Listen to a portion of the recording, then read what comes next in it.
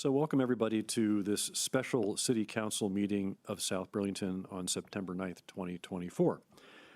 We will start with the Pledge of Allegiance, and Councilor Lori Smith, would you lead us, please? I pledge allegiance to the flag of the United States of America and to the republic for which it stands, one nation, under God, indivisible, with liberty and justice for all.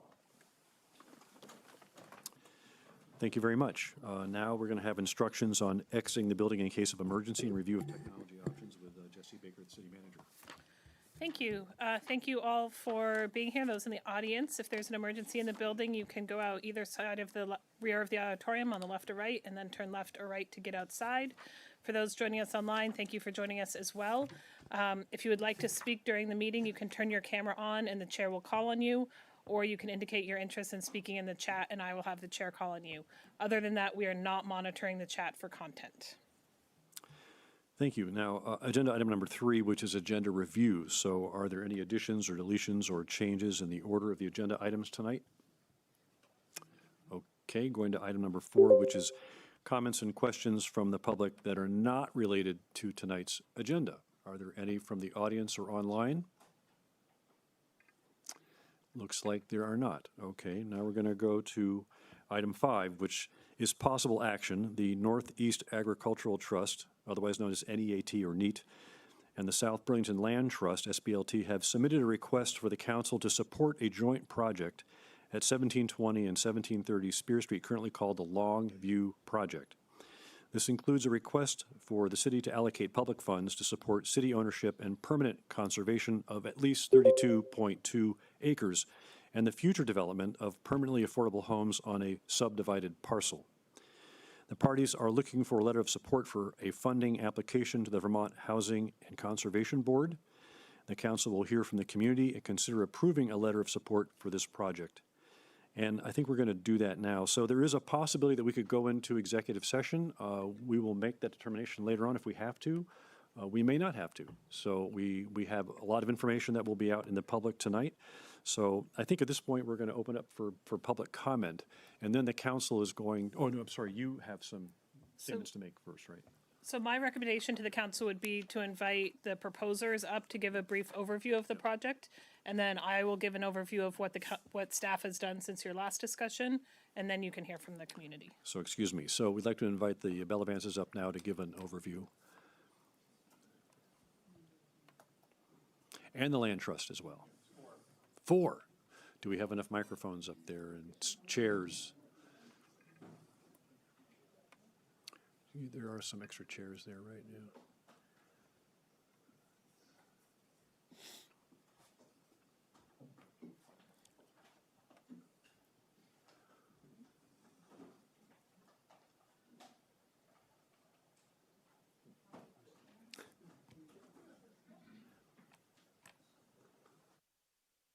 So make sure your microphones are bright green, right? Bright green.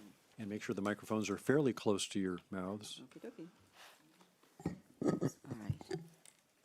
Ready? Okay. Good evening, Council. My name is Roseanne Greco. I'm the president of the South Burlington Land Trust. Thank you for this opportunity. 4 of us will present various parts of the Longview project. First to speak will be Professor Alan Strong, former interim dean of UVM Rubenstein School, former head of the Interim Zoning Open Space Committee, and an SBLT board member. Alan will give you information on the foundational reason we are pursuing this effort. That is the intrinsic value of the natural resource land, and it's important to city residents. Next, I will cover the timeline of the project and the partnerships. Then Tom Bellavance, the manager of Northeast Agricultural Trust, NEAT, will provide the financial details, including NEAT's partnership with Green Mountain Habitat for Humanity. Lastly, Janet Bellavance, spouse of Tom, and SBLT board member, will summarize the effort. So we'll start with Professor Strong. Thanks so much, councilors. So in 2000, voters of South Burlington approved a 1-cent permanent tax for a conservation fund known as the Open Space Fund to preserve open land and natural areas in South Burlington. And since that time, the city has commissioned through consultants and also through volunteer groups numerous studies to evaluate how best to spend that money, thinking about the important natural resources that are present in South Burlington and how that land might be best used to serve that purpose. The one area of the city that has been shown to be the most important for wildlife habitat, for water resources, for habitat connectivity, ecosystem services is the Great Swamp. And that's an area just north of the Shelburne line between Dorset Street and Spear Street. And the Long property, which we're talking about tonight, holds a critical portion of the Great Swamp in the northwest corner. So just a few examples of some of these studies that have been done and some of the results that have been found. In 2002, consultants were charged to write the South Burlington Open Space Strategy, in which the Long property was noted as part of a wildlife corridor, and the Great Swamp was listed as a high priority for conservation. Just a couple years later, the Wildlife and Natural Communities Assessment of the southeastern quadrant of South Burlington. The Great Swamp is likely the largest, most significant intact natural community occurring in the southeast quadrant. Preserving the integrity of this natural community should be a priority for conservation in South Burlington. It is the anchor, the source habitat for the western SEQ, and must remain unfragmented if the level of current wildlife array is to be maintained. And then in 2014, both consultants and volunteers from the city published Open Spaces, Special Places, Our Legacy, Our Future.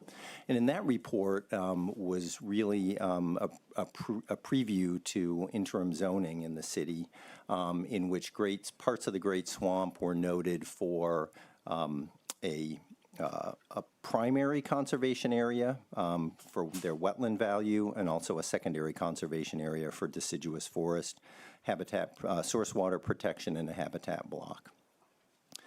So then fast forward to 2020, I was the chair of the Interim Zoning Open Space Committee, and the Long property was one of 25 parcels that was noted as high value for conservation.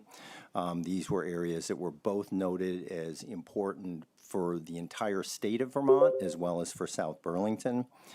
And following that report, the city also commissioned Arrowwood to look at habitat blocks. The Great Swamp was ranked as the most important habitat block in South Burlington. And then the ecosystem services were assessed on the some of those 25 most important parcels that were noted in the interim zoning open space committee. And the Long property, the ecosystem service values were estimated at between $264,000 and $759,000 per year. In essence, if you lost that property, what would we have to pay to preserve all of those ecosystem services it provides? So that's water purification, that's climate stability, soil retention, water quality. So thinking about just the value of that land in terms of the ecosystem services it provides is really substantial. And when you put all of those values together for the Great Swamp, the estimate was between $1.8 and $6.5 million in ecosystem services per year. So really substantial value that property is providing for the city.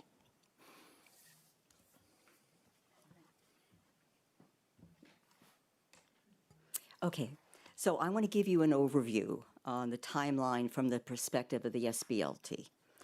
It started in September of 2022 when the Long family put their property on Spear Street up for sale.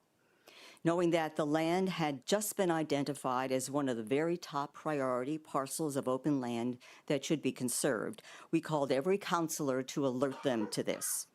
We knew it likely that this land would quickly be purchased for development, and we assumed the city would want to conserve it, since it has been recommended for conservation by all of the open space reports the city had commissioned.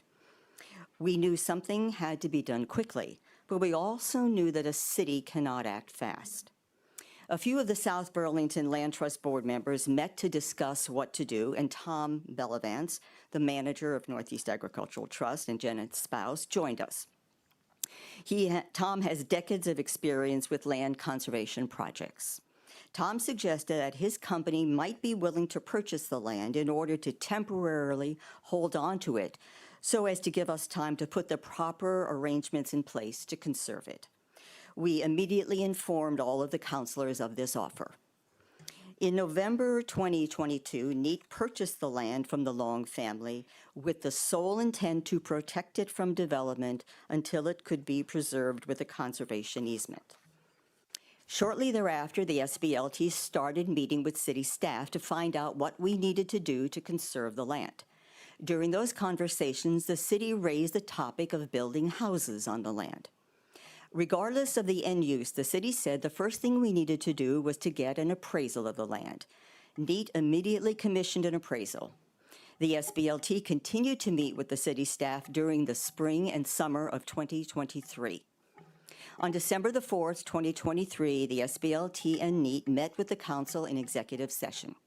2 weeks later, the Long Land project was put on a council agenda.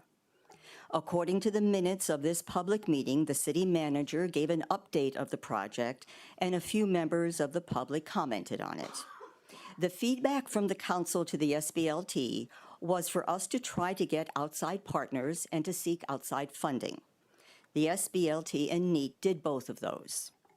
In February of 2024, the SBLT applied for a grant from the Vermont Housing and Conservation Board. Since the project now intended to conserve land and build affordable housing, it fit the dual mission of the VHCB. On February the 5th, 2024, the SBLT and NEAT met with the council in executive session. 2 weeks later, the Longview project, as it's now being called, was again put on a council agenda. According to the minutes of that public meeting, and I would like to quote directly from the minutes for accuracy, quote, "The chair explained that there had been misinformation about item F," which was the project. "She stressed that nothing had been approved behind closed doors. The Long property has been on agendas for a year and a half. The Long family is happy that their property will be conserved and that they got what they wanted. Ms. Reilly then reviewed some of the previous discussions. She stressed that no decisions are ever made in executive session," end quote. 2 other councilors spoke about the project, and then a few members of the public commented on it. The council then voted unanimously to approve sending a letter of support for the SBLT's application for a grant from the VHCB. Last week, on September the 3rd, the SBLT and NEAT met with the council in executive session. After coming back into open session, a few members of the public commented on the project, and the chair said that they had received about 10 other emails on the project. Unlike most other real estate transactions the city conducts, this project has been addressed publicly in other paper articles, in multiple opinion pieces and letters to the editor, on Front Porch Forum posts, and in other social media platforms. And as we just mentioned, it's been discussed in public in the council meetings at least 3 times. Now I'd like to go into the partners. The first partnership that the SBLT formed was with NEAT. NEAT then contacted the Green Mountain Habitat for Humanity and signed an option agreement in July of 2024 with Habitat to build up to 16 perpetually affordable housing units on the western section of the land. The SBLT contacted the Vermont Housing and Conservation Board and pursued a partnership with them. In February 2024, the SBLT applied for a grant from the VHCB and has been in close communication with them ever since. Currently, the partners in the Longview project include the South Burlington Land Trust, Northeast Agricultural Trust, Vermont Housing and Conservation Board, Green Mountain Habitat for Humanity, and Champlain Housing Trust, who will partner with Habitat. We are asking the City of South Burlington to join that partnership to make this project successful and perhaps a model for other places in Vermont. Thank you. And now Tom Bellavance will provide you with the financials on the project.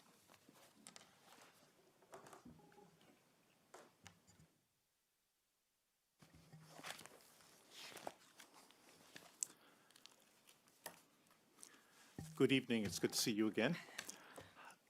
I have been doing land conservation, land acquisition for nearly 40 years. This is the first land conservation project I have done with the South Burlington Land Trust. It's also the first conservation project I have done where the applicant, the South Burlington Land Trust, is total volunteers. We are so fortunate in the city of South Burlington that we have these volunteers. Most conservation groups I've worked with have full-time staff that take care of a lot of the running around that the South Burlington Land Trust Board and its members have provided. So first of all, I owe a great deal of gratitude to them. So NEAT purchased the property in November of 2022, 1720 and 1730. 1720 has approximately 35 acres and 1730 has approximately 5 acres. I don't know, Paul, could you show, do you have the map to show the, for people who are not familiar, we sent a map to Paul to show exactly where this is located. Okay. Oh, a little closer, sorry. I have the wheels. Oh, you got the wheels? Okay. Yeah. So, while we're waiting. There we go. Okay.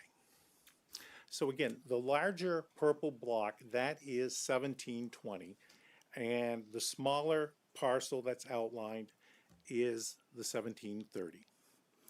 So our ask for the city is $461,000 of open space funds, broken down for two uses.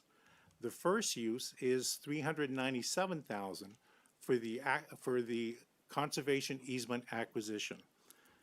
That total, based on a May 9, 2023 appraisal, the conservation easement is valued at $636,000, and the bare land after the sale is valued at $64,000. So a total of $700,000 for that 32.2 acres.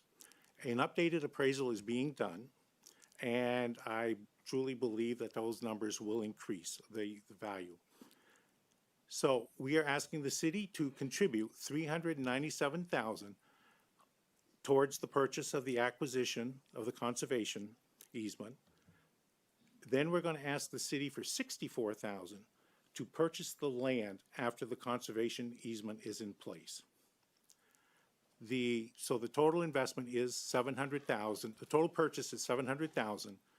The city share is $461,000, which represents 66% of the appraised value based on the 2023 appraisal.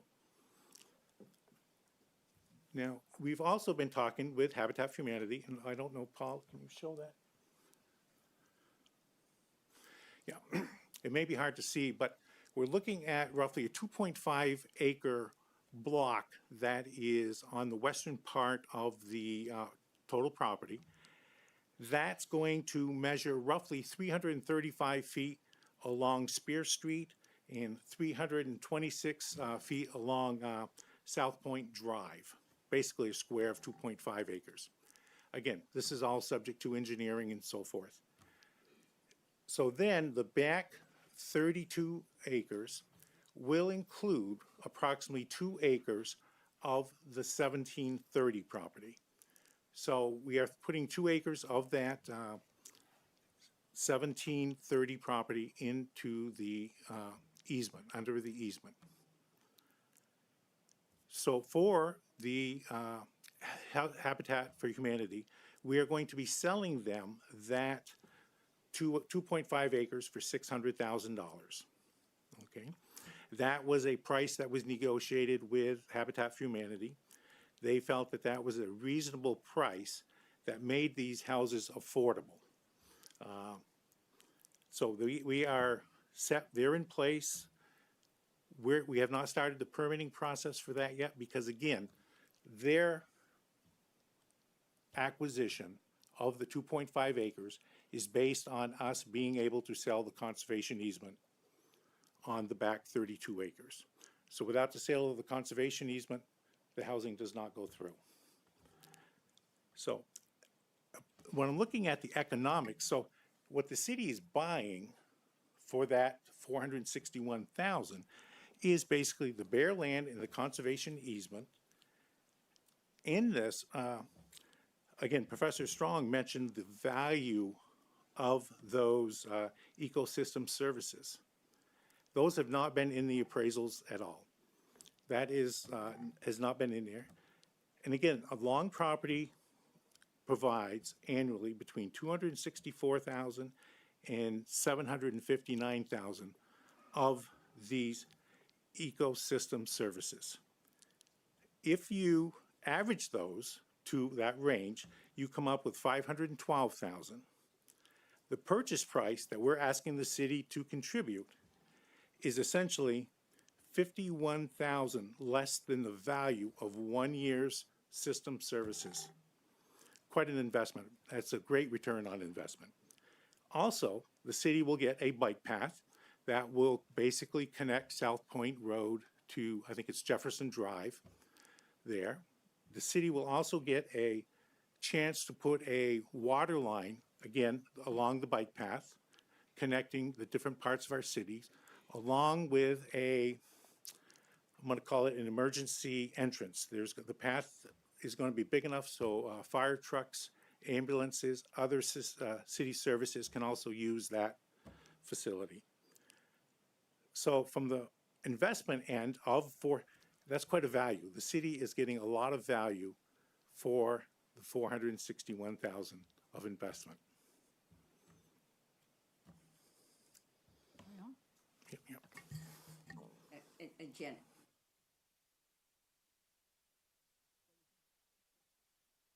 Push, okay. Hi. So I'm going to bring it home here. All right. So does using open space money to partner in buying 32 acres of land with a conservation easement in place make good financial sense? Burlington has a long history of open space, South Burlington. South Burlington has a long history of open space conservation fund acquisitions. How has the city expended money in the past for open space funds? In 2005 to 2007, the city purchased 40 acres of land called the Scott property for $970,000. There are no amenities to the public on this land. In contrast, almost 20 years later, we are asking the cities to spend less than half that amount for 32 acres with the following amenities to the public: walking, running, rolling, and biking trails, a paved shared use path to be used as an emergency access, full public access, agriculture, research, civiculture, and other defined passive recreation, and construction of a water line adjacent to the path. So for all the reasons presented tonight, the 4 existing partners, SBLT, NEAT, Habitat, and VHCB, believe in the value of this project and are willing to commit funding to it. If you, our voted representatives, also affirm the value and many long-term benefits of this project for the residents of South Burlington, now is the time to join in the partnership and pledge the use of open space funds to the Longview project. The 3 essential questions our City Council representatives should ask are: does this project meet city goals? Yes, it supports multiple city goals and responds to the recommendations of many city commission studies. Goals are words on paper. Studies are collections of scientific data. It is deeds, your vote tonight, that is the action needed to achieve these goals. Does the Longview project benefit the residents of South Burlington? Yes, its ecosystem services benefit human health and reduce the tax burden for city services. The amenities to the public improve the quality of life for residents. The conservation easement protects wildlife habitat and connectivity. The third question, and last, does the city have the resources voted on by the residents to support it? Yes. The city has dedicated money in the Open Space Fund, which was created specifically to purchase land for conservation and cannot be used for other city expenses. In closing, the Longview project is a story of conservation and community partners, collaborating for the benefit of all our residents. It is a story about taking action, using data to inform decisions, and developing partnerships to accomplish a greater good. It is a story of providing health and wealth benefits for city residents both now and into the future. It is truly a Longview story. Thank you. Thank you very much, Roseanne, Janet, Tom, and Al. So at this time, the city manager has some information to share. Sure. Thank you. Thank you all. Don't go too far in case there are more questions for you. You could sit down, but don't go too far. So I am going to walk through what the city has done in the last few days, and I'm going to talk about this, but this was a huge amount of very quick work done by our Deputy City Manager, Steve, our Planning and Zoning Director, Paul Connor, Erica Quallen, our Director of Capital Projects, Jared Pellerin, and Colin McNeil, our City Attorney. So their work is embedded here. So what we have developed for you was our attempt to interpret what we heard from the council. That's a huge part of our job, is reading between the lines of what you all want us to do. And a follow-up conversation I had with the Vermont Housing and Conservation Board on Wednesday morning to understand where they were in their process and how our action might impact where they were in their process. So we offer you a draft letter of support for you to consider tonight. I'm going to walk through what's in this draft letter of support. Ultimately, the content and the timeline are yours, and obviously the actions. And as more documents are put forward and plans fine-tuned, staff eagerly would like to be involved in the vetting of those products and that work. So this letter of support articulates partnership with the proposals and a continued support based off of the February 2024 support the previous council offered. It includes the same dollar figures that Mr. Bellavance went over earlier. So for the $397,000 and the $64,000, the conservation easement and acquisition of at least 32.2 acres of 1720 and 1730 Spear Street. It's conditioned on receiving a third-party appraisal that all parties agree to. It's also conditioned on receiving a complete survey of this parcel and the other parcels that, again, all parties agreed to. It also is conditioned on the current property owners doing the subdivision required to do this land transfer and incur all related costs. It is conditioned on Green Mountain Habitat entering into a purchase and sale agreement for at least the 2.5 acres and building no fewer than 16 units of perpetually affordable home ownership homes on the parcel. The 16 units came from my brain. It's what I thought I heard you say at your executive session. That is up to you. I understand now that there's a purchase and sale agreement for a different amount.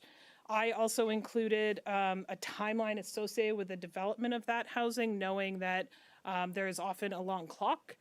Again, that was my addition. I have not drafted any conditions under which that you could exercise if that wasn't done. That's something for you to consider over time. We did include a contingency around all the homes must meet local and state permitting requirements. We wanted to be very clear that this letter of support was not intended to create a development situation that was against the adopted regulations you all have already adopted. So we just want to state that very clearly. And then for the conservation easement that would be put in place and held in perpetuity by the Vermont Housing and Conservation Board, we included the following contingencies of that conservation easement. Many of these are a reflection of the official city map and reflect infrastructure that would be required to go in if the property were to be developed anyway. So that's the construction of the shared use path that's on the official map. the emergency access, the water line, as previously mentioned, amenities for passive recreation. There is not currently in our regulations a definition of passive recreation, but we tried to outline what that could include here. We also included a contingency that we would retain the right, the city would retain the right to assign future fee simple ownership of the acreage to a third party. I think the idea there was if there was another public sector group who was amassing a significant park in the Great Swamp, that we may want to have the option to transfer those land rights. We would also retain the ability to build a small number of parking spaces to support the associated community infrastructure. One of the values that I heard the council talk about was public access to these lands, not just for those who are in the immediate neighborhood, but hopefully that these lands become a destination for other neighbors. And then the purchase of the conservation easement or the conserved land for the $64,000. And then finally, that all costs related to applying for the funds and permitting the efforts aside from the municipal infrastructure that we would build would be borne by the current property owners. So that's what is outlined in this draft letter of support. Again, this is meant to be a starting point for your discussion. Final point I want to make is that there was a question about the acquisition portion of the pennies for paths. So I just wanted to answer that question quickly. So right now, it is true that we have acquisition funds in our reserve open space fund to make the payments as requested. Currently, we are allocating half a penny annually towards that fund. So in FY25, that amount is $214,000 of new money that would come into the fund. That amount would continue, or that amount plus whatever a new penny in future years would raise. Would continue for 3 years, and then in FY28, it returns to the full penny payment when we retire the debt service for the maintenance projects. That is what I wanted to share with the council. We are happy to answer any questions about what we've done or consider any changes you would like to see made to this letter of support or any other action you'd like to take. Does council want to ask any of those questions now of the city manager? Well, I was just going to ask, see if there were any immediate questions from, we can also open up to the public too. You want to wait, or you want to ask questions now? Okay, all right.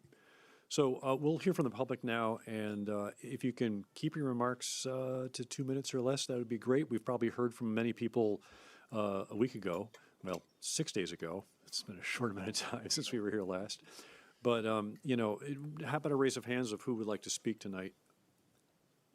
Oh, we got a lot? Okay. Well, why don't we start from the back and we'll come forward, all right? So, Mr. Dinklage, why don't you come down first?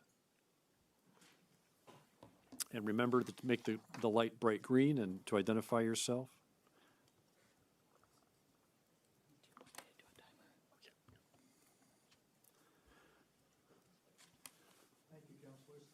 Is your light on? Is your green light on? Push the Bright green. button. Push it again. Sorry. No, that's okay.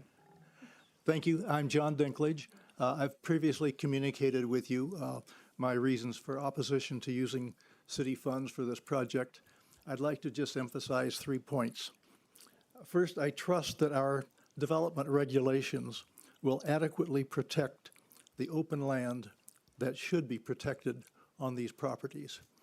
Now, I'm a member of the South Burlington Land Trust, and I suspect that I have a rather substantial difference of opinion with some of the other members about how much of this particular property should be conserved and protected.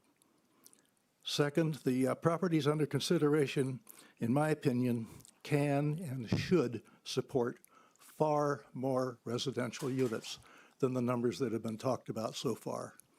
You know as well as the rest of us that we desperately need more workforce housing. And third, I believe that a higher priority for the city's limited open space funds should be directed toward achieving green spaces in the vicinity of City Hall. Thank you. Thank you, John. Who's next out back? Raise your hand if you're out way back, and we'll work our way down. Looks like Mr. Taylor's on his way.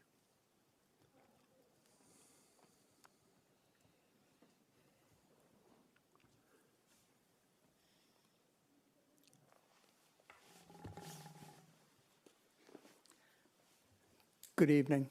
My name's Peter Taylor. I'm a resident of South Burlington. I live in Mayfair Park. City plan talks about inclusive, fair, just, be equity-oriented, transparent, equitable, fiscally responsible governance. My concern about this purchase is the process has not been transparent and welcoming of city input, resident input. Continues to focus on the southeast quadrant of the city where the wealthiest residents live. Second, an expenditure of almost $500,000, and the decisions have been mostly made behind closed doors for this amount of money. I'm concerned that that amount of money is being expended without significant amount of public input, not just the few people that come to council meetings.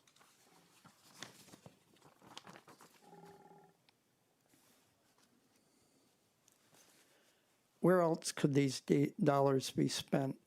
As John mentioned, I think City Hall is an important place to be looking to put these dollars, and it will be expensive to buy land around City Hall. You've overpopulated the area.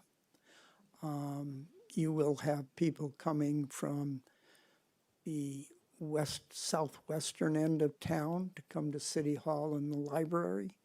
They'll need parking places. Perhaps the parking lot across City Hall could be put underground and a park put on top, which would be an excellent use and option for the city. It will require significant funds to do that. But all the people you're putting in this area need space.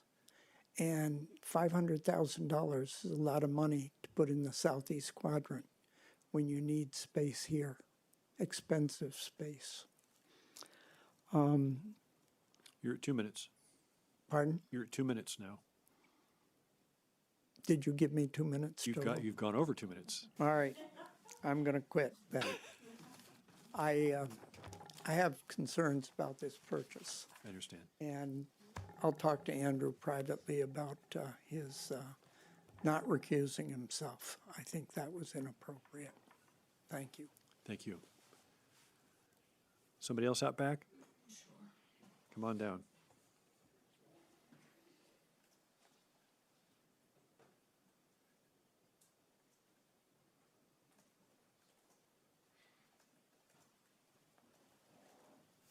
Lights on. All right, my name is Bob Britt, and I live at 3 Adams Court in the southwest quadrant. First, I want to thank the city councilors for all the time and effort you guys all spend on working for the benefit of the city. My comments tonight are meant to be constructive and respectful. However, the council seems to have found a way to divide this community through a lack of transparency regarding the details of this project, much of which I've learned since recently joining the Land Trust and now getting information from the Land Trust. Given that the public has so many questions, it just seems common sense to take time for more community input. This gun-to-the-head tactic has not provided thoughtful time to the public to weigh the benefits of and alternative priorities to the Long project. This project might be the best thing that for city residents since the invention of sliced bread, but the council did not seem to trust the public to weigh in on its merits, especially in relation to other projects that our open space funds could be used for in the near term, such as City Green or a park in the northwest quadrant to serve the hundreds of existing residents on the west side of Shelburne Road and for the new ones to be housed in the new Larkin development. So what is the rush? Let us let city staff do more due diligence on this project, weigh alternatives, and that may come from early discussions or drafts from the Recreation and Parks Master Plan. It appears that there is no harm to the Long Property project to submit a letter of support at a later time. However, since the draft council resolution may be pushed through tonight and a decision not delayed until all proper due diligence and community input is received, I have the following edits and questions on the draft resolution, which I'd like answered. Apparently, as a quid pro quo for the city, spending $461,000, which we've heard now from the Bellavances, so I don't need to repeat all that. So there's right now a minimum of 16 units to be created or built.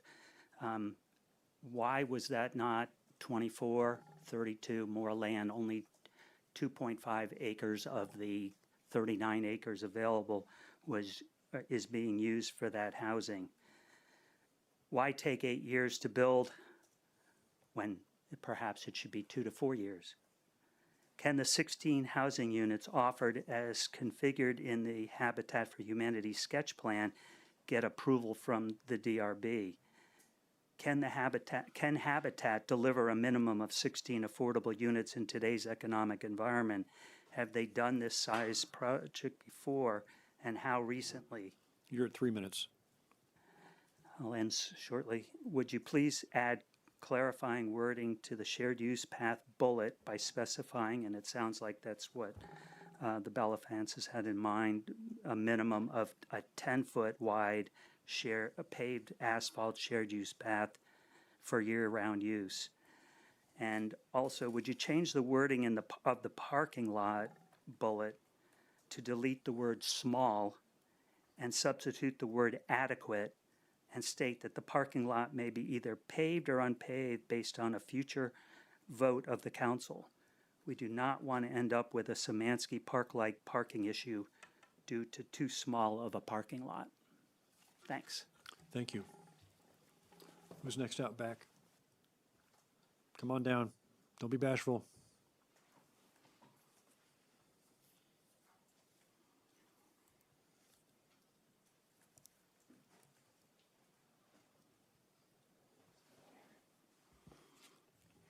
Good evening, Linda Bailey.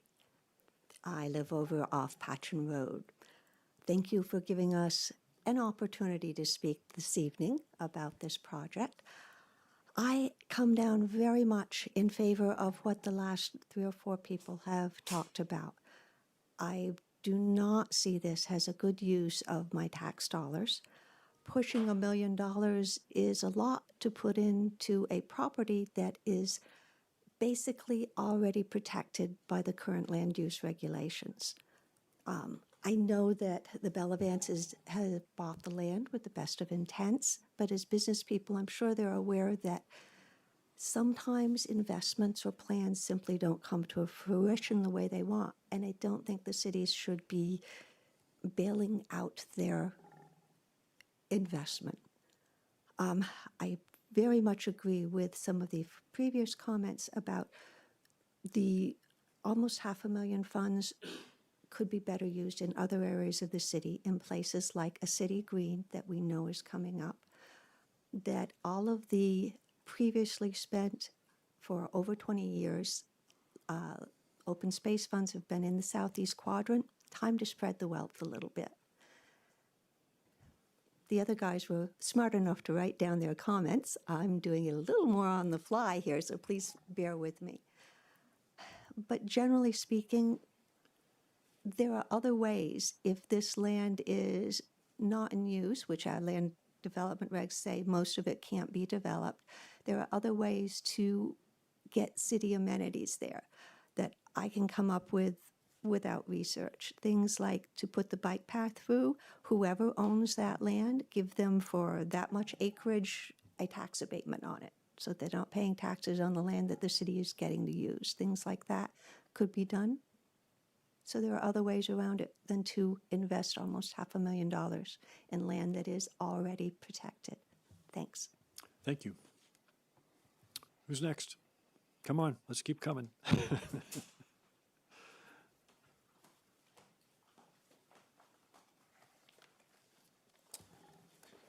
Good evening to all. Thank you for the opportunity to speak. What was your name? My name is Norm Staunton. Norm Daunton? Staunton. Staunton, okay. Yes. And my wife, Jen, and I own the property at 1751 Spear Street, which is directly across the street from 1730. We look out over the long property from our home, and we purchased our home specifically because of its location and the green space and the agricultural nature of the neighborhood in which we were purchasing. Members of the council, both current and former in the audience, will remember that under the previous development plan that the Longs had, we were adamantly opposed to their plans for some 60 or 70 units on that property. I'm here tonight to vocalize my support for the plan that the Land Trust and others have put together. I won't remake their argument for them. I think they've done an eloquent job of doing that in all of the documents that are presented tonight. I want to draw your attention to three ideas as a resident of that neighborhood, as a landowner and a homeowner in that neighborhood. The first is that this project provides a much better balance between our need for housing, particularly, I would mention, affordable working class housing, and green space conservation. Previous plans there were for large format homes, were for more development of properties, as other folks have noted, for the rich area of town. This project is not. This would provide housing for working class folks who will add to the diversity of the neighborhood and offer an opportunity to live in a place that is beautiful and worth living in. Another argument I would make in favor of this project is that green space, despite our needs for housing in this city, green space is gone once you develop it. And so I would argue in favor of supporting any green space conservation. Here is a project that does it on a plot of land that is of particular note and importance to the city and to the state. And so I would support its conservation and the use of the funds from the Open Space Fund to do that. And finally, I would mention again that as a member of that neighborhood, as a member of the community here in South Burlington, that this project really gives us an opportunity to promote diversity in all of its senses, whether it's working class neighborhoods, farm workers, folks that can move into an area and support our schools and the diversity of our community and the businesses here. This project, with the partnership with Green Mountain Habitat for Humanity and the perpetually affordable housing that would be there, certainly gives greater opportunity to folks who might not otherwise have it, and that's a benefit to our community as a whole. Thank you for the time. Thank you very much. Who's next? Oh, let's go with Carol and then John, okay?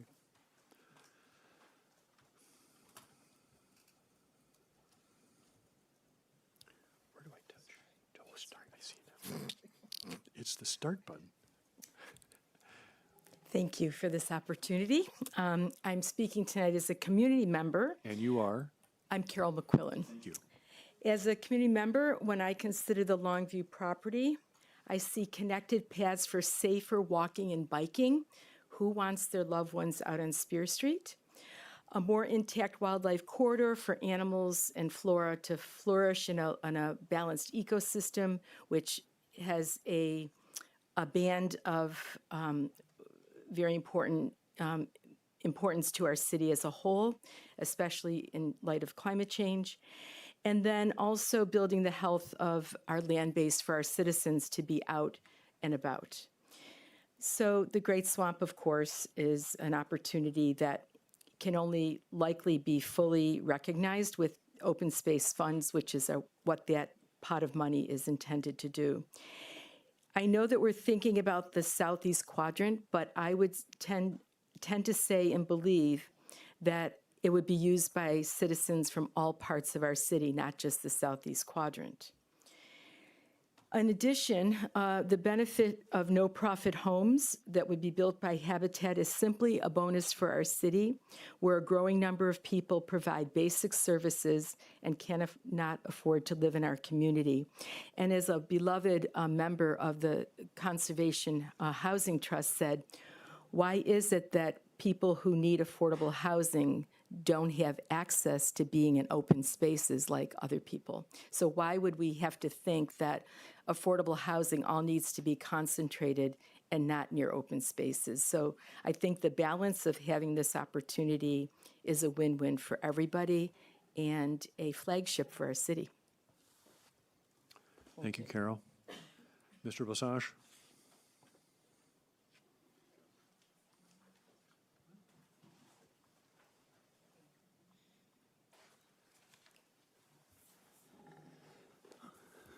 Good evening, Councilors. John Bosange, thank you for having this opportunity to talk. I stand fully in support of this proposal. I think it's a win-win-win all the way down for conservation, for housing, for food and farming. And I want to give you a sort of a position statement that I think is really important for everyone to consider. Conserved and open lands, I think, are one of the greatest expressions of equity and democracy there are, because it allows everyone to access that natural beauty. So my comments run from that, and what I wanted to focus on was, yes, the open spaces and the conservation is in the southeast quadrant. That's where all the land is. There's not too many of the places in our city that we can conserve for everyone's enjoyment. Yeah, people already live near the open spaces and parks, but people also live near state forests and other community natural areas. I know I drive to Shelburne, Heinsberg, Essex, Colchester, and I drive to seek those natural spaces. And I think people will do that here as well. But that does not make the conservation of this parcel of land in the southeast quadrant elitist or exclusive. It's land for all of us to be shared and for generations to follow. Just like we now enjoy, we drive to Wheeler, we drive to Hubbard, Shemansky. We go places there to relax, be uplifted, be refreshed, and to appreciate the natural surroundings.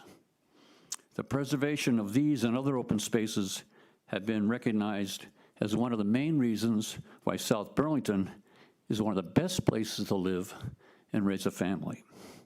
So we need to be sure that that reputation continues. It makes all of our homes more valuable and our community a lot more desirable. Thank you. Thank you very much. Who's next? Coming down the rows here. Raise your, Megan? Okay, coming down. Well, good evening. I did speak 6 days ago, but I'll say something else different tonight. Megan Emery, I was a member of the Open Space IZ Committee, and Dr. Strong, who spoke with you tonight, was the chair of that committee.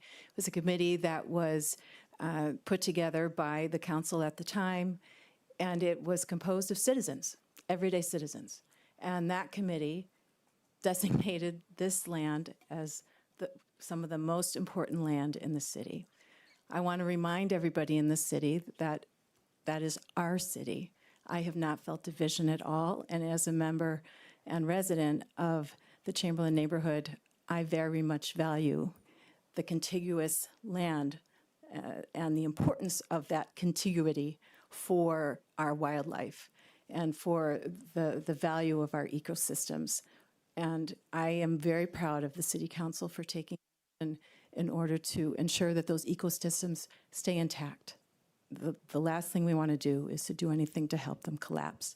I also want to remind people that there's a Winooski Valley District and that the river corridor that is just adjacent to my neighborhood is preserved. It is conserved. Even though it's adjacent to the airport, it is conserved land, and that is a piece of land that we also saw as members of that IZ Open Space Committee. There's much more than the Great Swamp, which is conserved, and that is the piece, which is the grassy, woody area. And Dr. Strong is a bird specialist, and he didn't talk about the birds, but they need those grassy, woody areas that are not the same as the woods. And I know I'm probably over 2 minutes, so thank you very much for listening to the committees that this council put together in order to designate the priority lands that should be conserved. Thank you, Megan. 1 minute and 55 seconds. You all are doing excellent staying to the timeline. Helen, please. Yeah.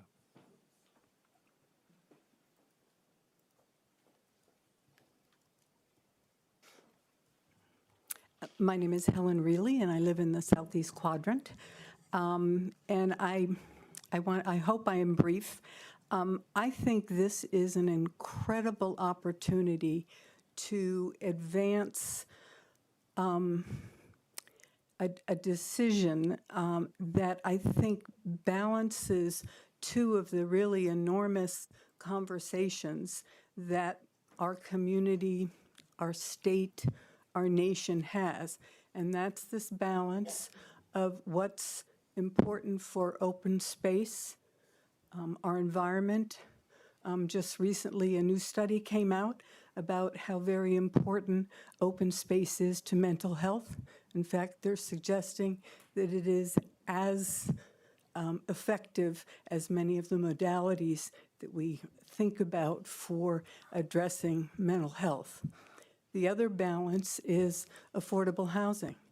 And here we have 16 affordable homes that people can buy, which is a slightly different group of affordable housing recipients than we've been able to achieve very often in this city.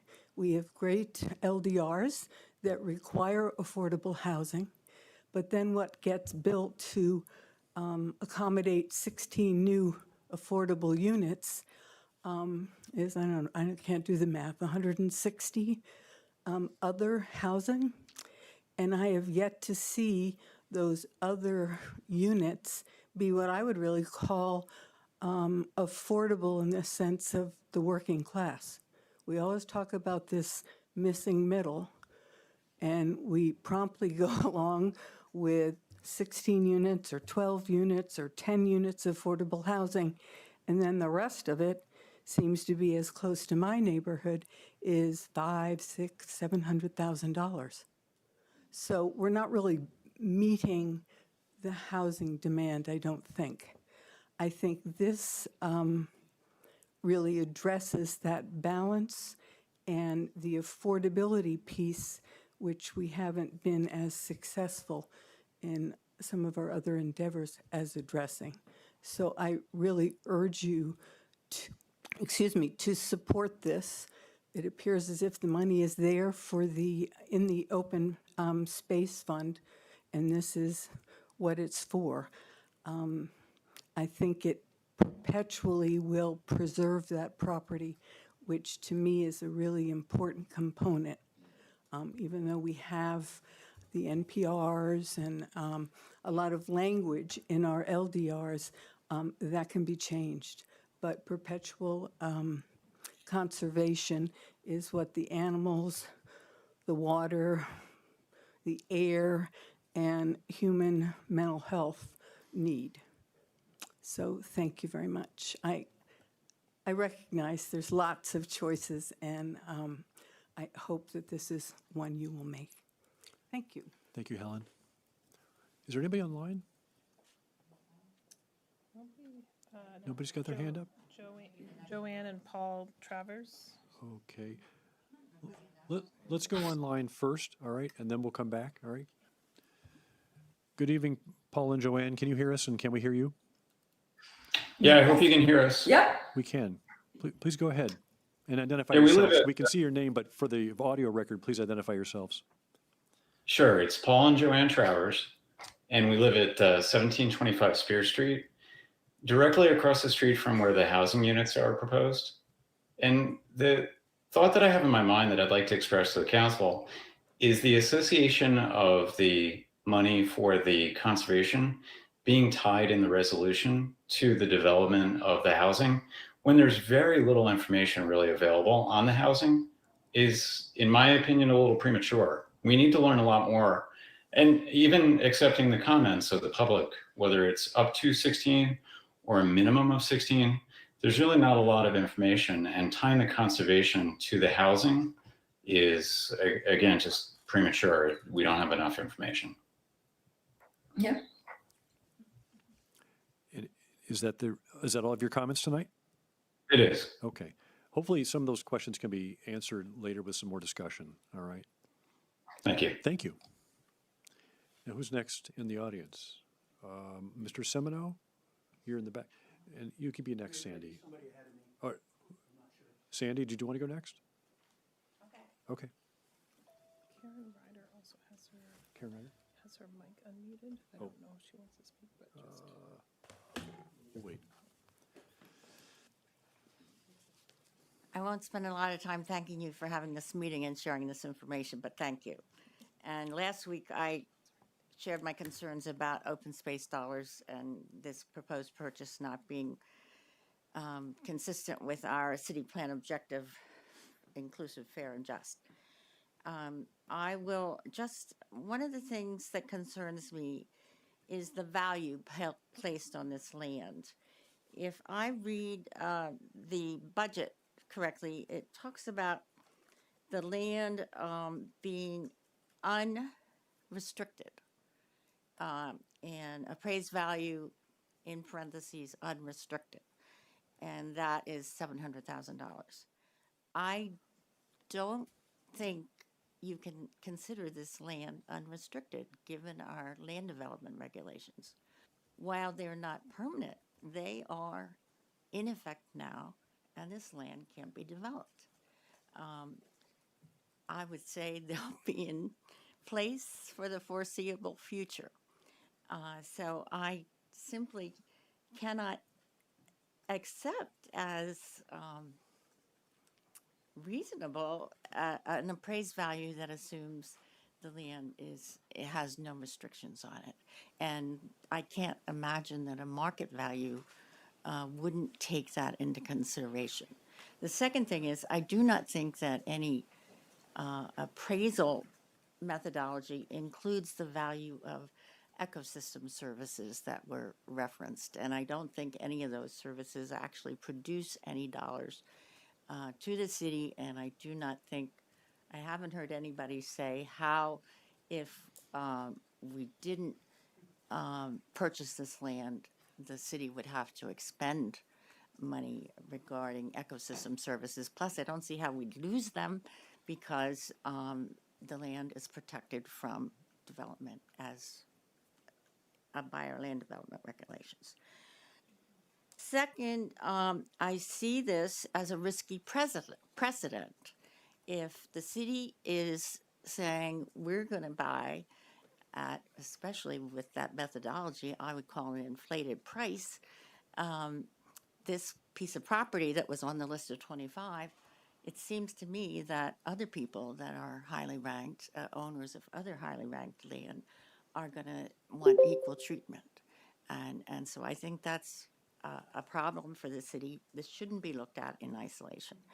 Lastly, Janet Bellavance, and I certainly respect her commitment to this project of affordable housing, is not only the co-owner of Northeast Agricultural Trust, she's a board member of South Burlington Land Trust and an officer, and was the person who submitted the grant request to the Vermont Housing and Conservation Board.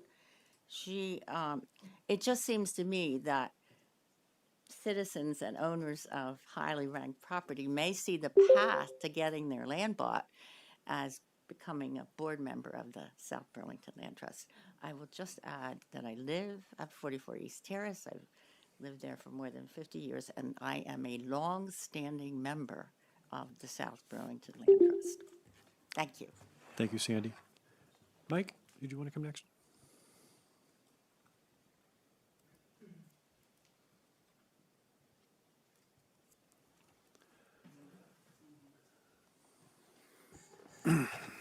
Good evening, and Question is, how are the Seawolves doing?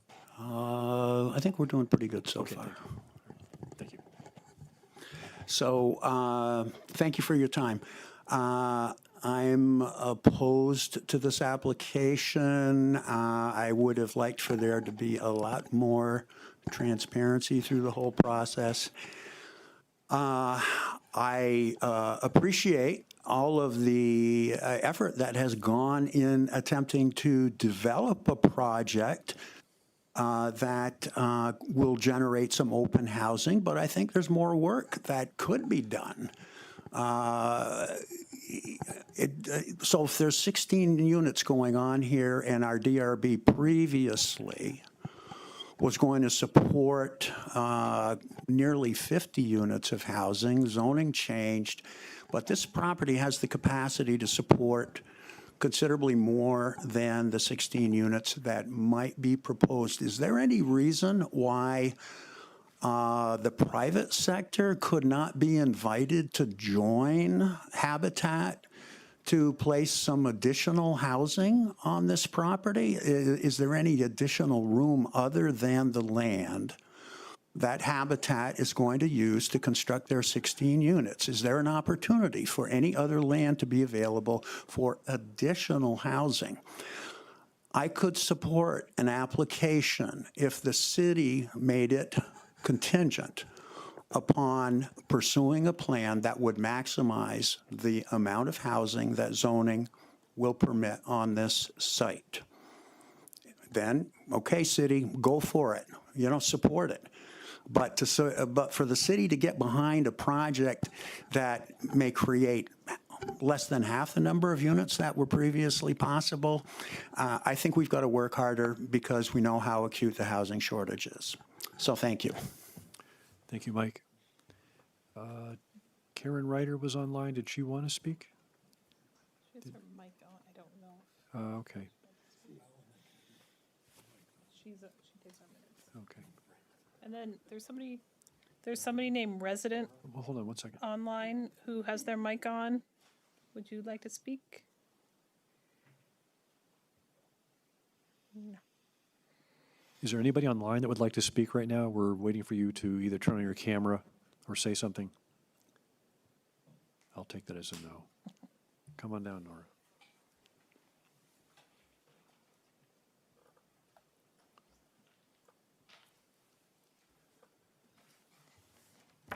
Good evening.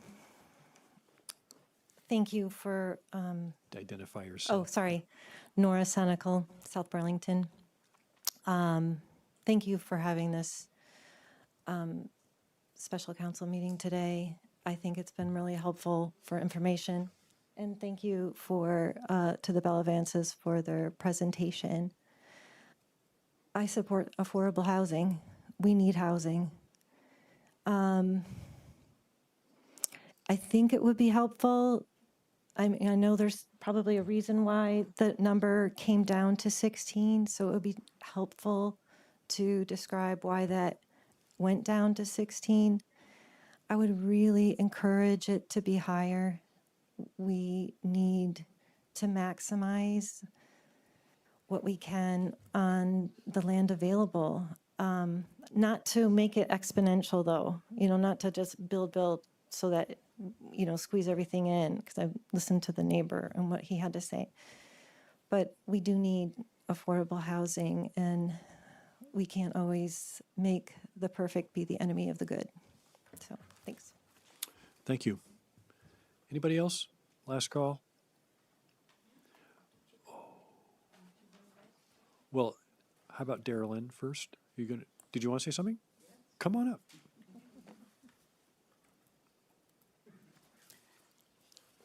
Okay, I'm Darylyn Peters, and I'm here. You've heard, I wrote to you before, so you have my written testimony that I sent in before September 3rd. I don't need to go over those things. It's getting late. You've heard a lot of these things.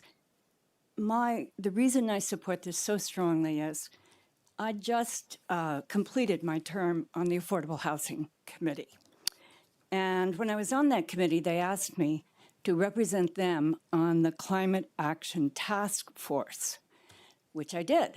And so those are the two pressing issues, I think, before us, is affordable housing and conservation. This is that rare opportunity to do both on a pristine piece of property that you can conserve, and everybody has explained that. I'm not going to go over all of that with you again. Your time is precious. I just think this is a unique opportunity in the history of this city on a beautiful piece of property, and also to provide housing to a very important segment of our population. So with that, I will leave it, and thank you all for the work you do. It's incredible. To the staff, as well as to the counselors, I thank you. Thank you, Darylyn. Mr. Doyle?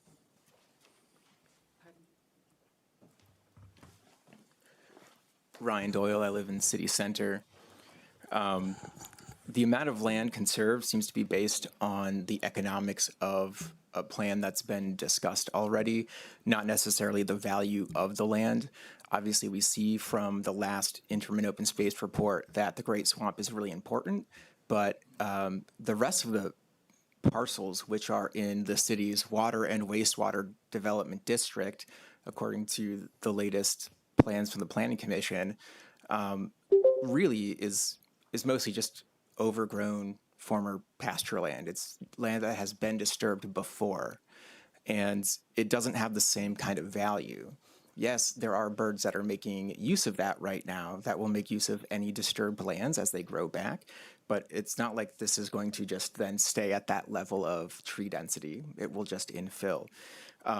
The wisest place to make a connection for the housing would be off of the intersection of Upswept Lane, which is actually to the east of where they're proposing having the parcel cut off. You really can fit so much more housing. To say that this is a balance of the need for housing and conservation, I just don't buy it. We can preserve things on the east half of the parcel and develop the part on the west side of the parcel. The development neighborhoods to the north and the south are both much more densely populated than what is being proposed in this proposal.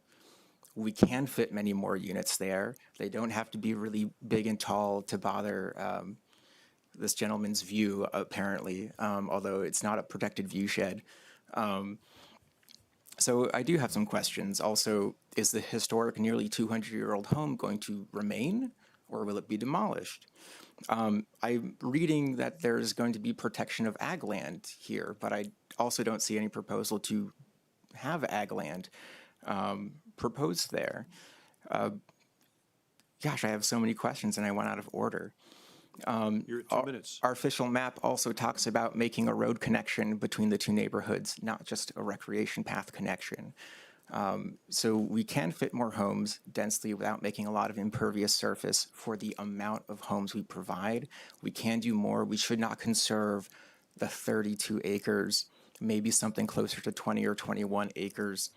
And I'm going to reiterate what others have said about Andrew's not recusing himself or addressing the definition of a conflict of interest in definition C and D of your ethics policy.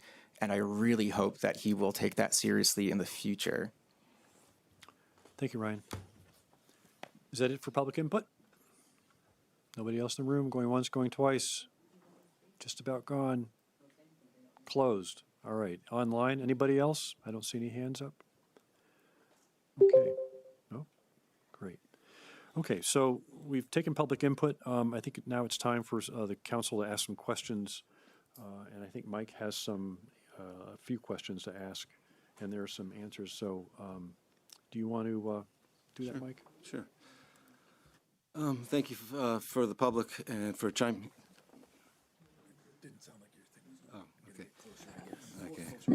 Okay. Thank you to the public for chiming in from all the different perspectives. This is what city government is about, is to try to maximize the greatest good in terms of what are the interests of the people we serve. I guess for me, since this is the first time I'm involved in land acquisition, I have to be honest, I was sort of taken back when the issue popped up on the agenda and there was no briefing memo attached. Yes, information had been shared, and I appreciate the incredible time and energy put in by NEAT and South Burlington Land Trust. But I think what speaks to that fact is the letter that I guess Jesse put forward, which lists all sort of these preconditions that need to be met and addressed, which are all valid and good. But I would have thought that we would have had answers already to those from the city in a briefing memo to us to give us the best recommendations possible based on their professional expertise and knowledge, because obviously it's not a skill set that I have. But we were pushed against, we thought we were up against a tight deadline of having to make a decision on this in September. I think the good news from my perspective is that when Jesse checked with the party that was the Vermont Housing Conservation Board, they actually shared that, as she's mentioned in her memo here, that the deadline is not right now, and therefore it strikes me, and I guess this is a procedural question to Jesse, and I guess to I guess my fellow colleagues, based on this new information, would it not make sense to basically go through the process that is more traditional with, as I understand it, in land purchases, and hopefully address a lot of the questions that have been arisen here, whether for or against, and be able to work through this process and then get answers to a lot of the questions that have been raised, and give us a sense of, is this the best use of the public funds that once expended obviously mean trade-offs. That means we can't do other things, and I think if we gain that information and knowledge, I think it will put us in a better position to make a judgment in a way that makes most people understand that whatever that decision is one that maximizes the greatest good. So as a procedural question, I mean, is this a process that has been traditional, or is this because when we've asked for information, you've said, sorry, we don't have it. I mean, what would be the time frame for pulling together sort of in a more typical fashion, sort of a clear, because I know we're waiting for an evaluation. I believe we were waiting still for a map, or at least some other issues that came up when we talked about this previously. So I would say this has been a pretty non-traditional project from the start for a variety of good reasons. There was no memo attached to your September 3rd meeting agenda. I think it was September 3rd. Yeah, 3rd, yeah. Because I hadn't received the documents you all had received, so staff didn't have the ability to review those in advance of that meeting. We have now reviewed what you've seen and crafted this letter in response to that and what the guidance we received from you. My understanding from the Vermont Housing and Conservation Board is that if for whatever reason the council doesn't approve this letter of support tonight, the application could be heard at their December meeting upon future action by the council in a month or so. I don't know what that delay means for the proposer, so I don't have any access to that information. So that's my commentary. Okay, because it would be a good thing to flesh out, given the fact that that issue has come up by some of the applicants, and can we go through a more standard tradition, and does that create any challenges? Lori? I was going to say, can we get that question answered by the applicants? Yes, that's what we're pointing to. Regarding delaying till December or making a decision now? Sure. And what impact that would have?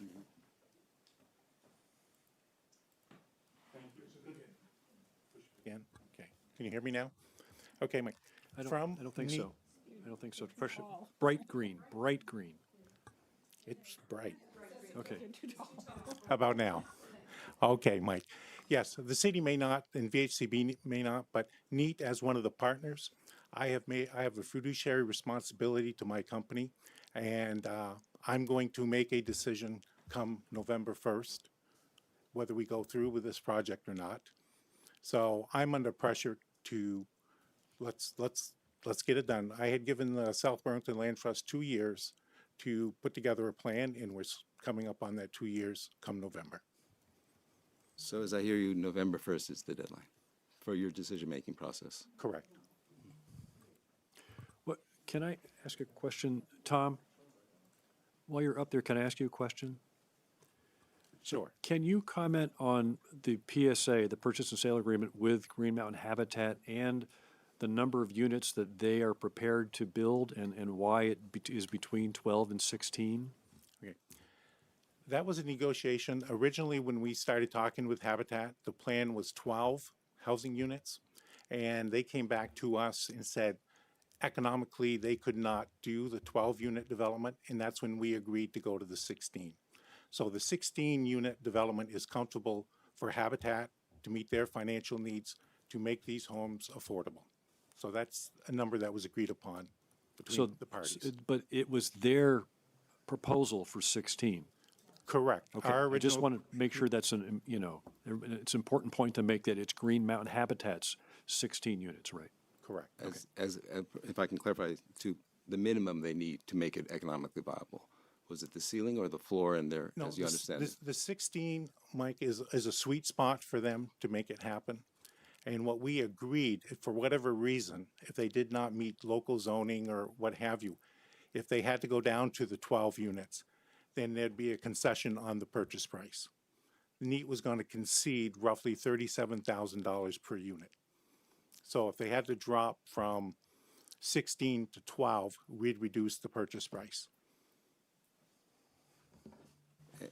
And is there any situation, because I remember there was a document that I don't think it, where if they come across obstacles where they can't build within the land that has been designated, is there an out clause, and how would that affect housing if there is such a? Yes, they have a couple of different out clauses in the option agreement. One of them is the cost of infrastructure. If infrastructure cost exceeds a certain amount, I think it's $900,000, or if it's not feasible, they will not build. Again, and our ask from the city is, if they cannot build those 16 units, then your commitment to this project is also will get reevaluated. We are not committing the city to go through on their acquisition of the conservation easement and the land if the housing part is not done. At what point can they make that judgment whether it's feasible or not? I guess this is sort of the cart before the horse, or it's very tricky timing. It is, like, what comes first, the chicken or the eggs? It's a very good point. But what's happening is we have to meet a deadline to get on the VHCB board. For example, if the VHCB board, for whatever reason, does not award us the money, then again, we're back to ground zero. Again, no harm, no foul from the city. No harm, no foul. Our agreement with Habitat, if we cannot get the funds for the land conservation, then we do not fulfill that contract with them. That's our out. That's our out. I just want to iterate to everybody that the action tonight by the council would be to vote either for or against a letter of support addressed to the VHCB that addresses all of the conditions by which the city would enter into a commitment to this project. And as Jesse listed them all previously, there are quite a few, and they're predicated on the appraisal and Habitat's ability to build the no fewer than 16 units, and the conservation easement. There's several requirements here. This is not a very simple document at all. I just want to reiterate that that's what the action would be here tonight, is to issue this letter of support. Lori? Tom, I wanted to ask you another question. I heard from the public tonight, and I have heard, seen in writing before, this conversation about this being a bailout for a bad real estate transaction or purchase or some such thing. And I wanted to just get you, please, to speak to that and to just to get your understanding of what you're doing and whether, how you address that. I think the acquisition of these properties were probably one of the best land acquisitions I have made from a pure economic standpoint. If it was purely for the money, I had owned the property for less than 6 months, and we were offered a $400,000 profit plus the ownership of the ranch house. So if the ranch house is appraised at $400,000, that would have been an $800,000 profit in less than 6 months. My commitment, the NEAT's commitment, was to the South Burlington's Land Trust to give them the full 24 months to come up with a plan. So it's a great piece of property for many different values. We could, I heard somebody talk about a bailout. There's nothing could be farther from the truth. First of all, we have had opportunities to sell this, not just the one time, a couple of different times.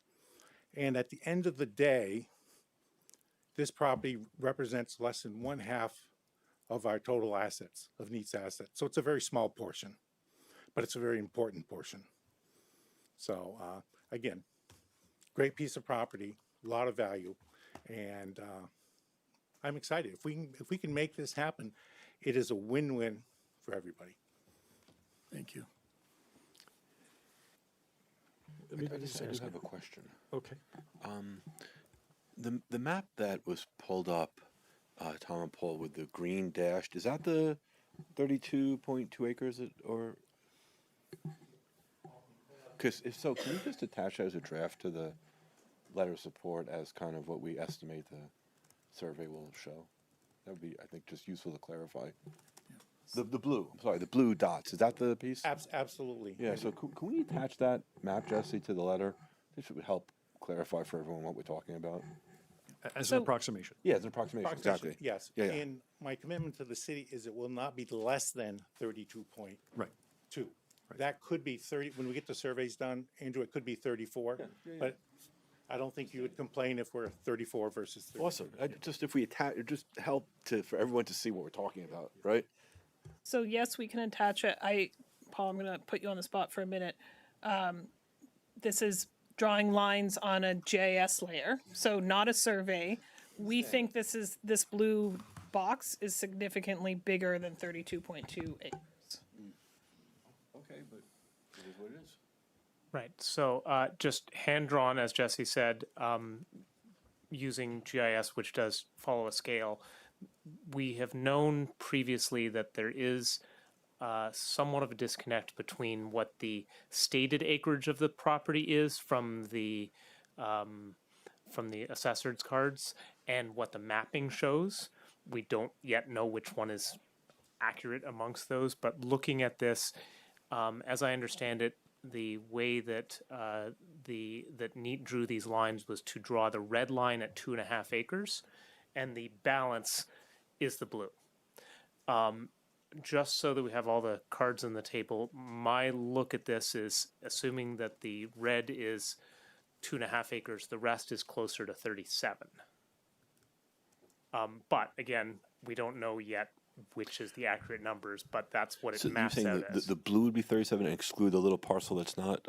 As drawn here, the blue is about 37, and we don't know if the mapping is accurate, but the north property line is accurate and the south property line is accurate because those are surveyed from the neighborhoods that were built, so it's probably close-ish.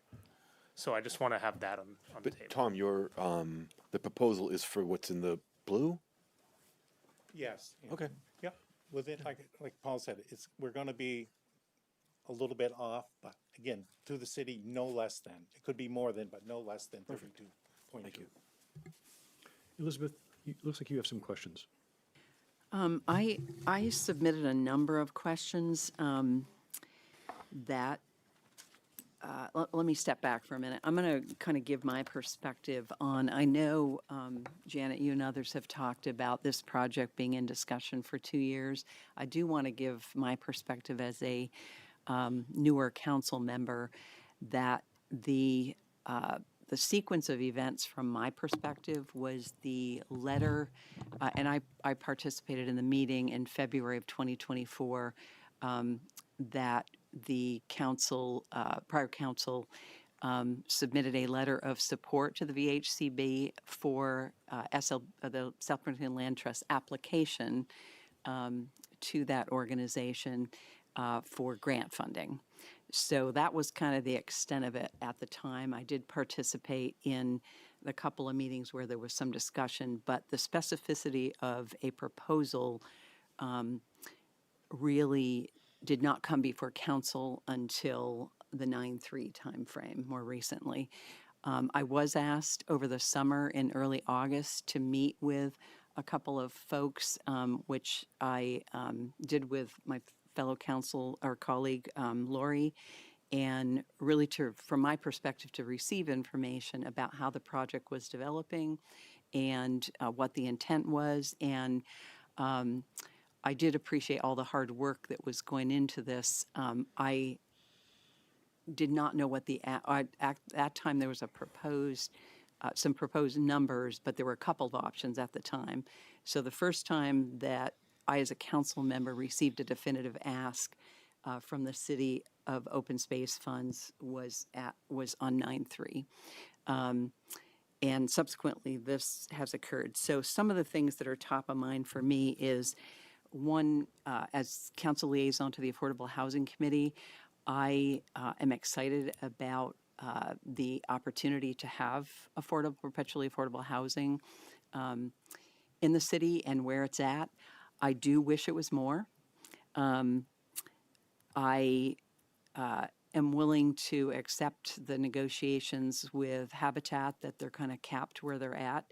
I have wondered that a change sort of since things have occurred is the Home Act within our own legislative body. So questions I have is, could it be more now?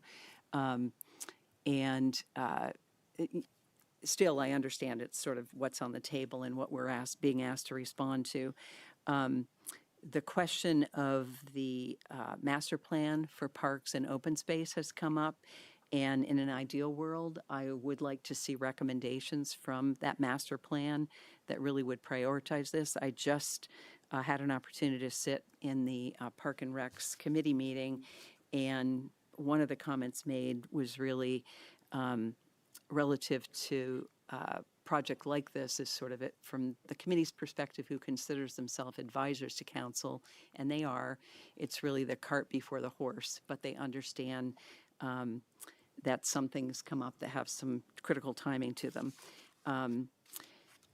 The other area, and again, if I was presented a choice today that I had to choose between allocating open space funds to acquisition of land for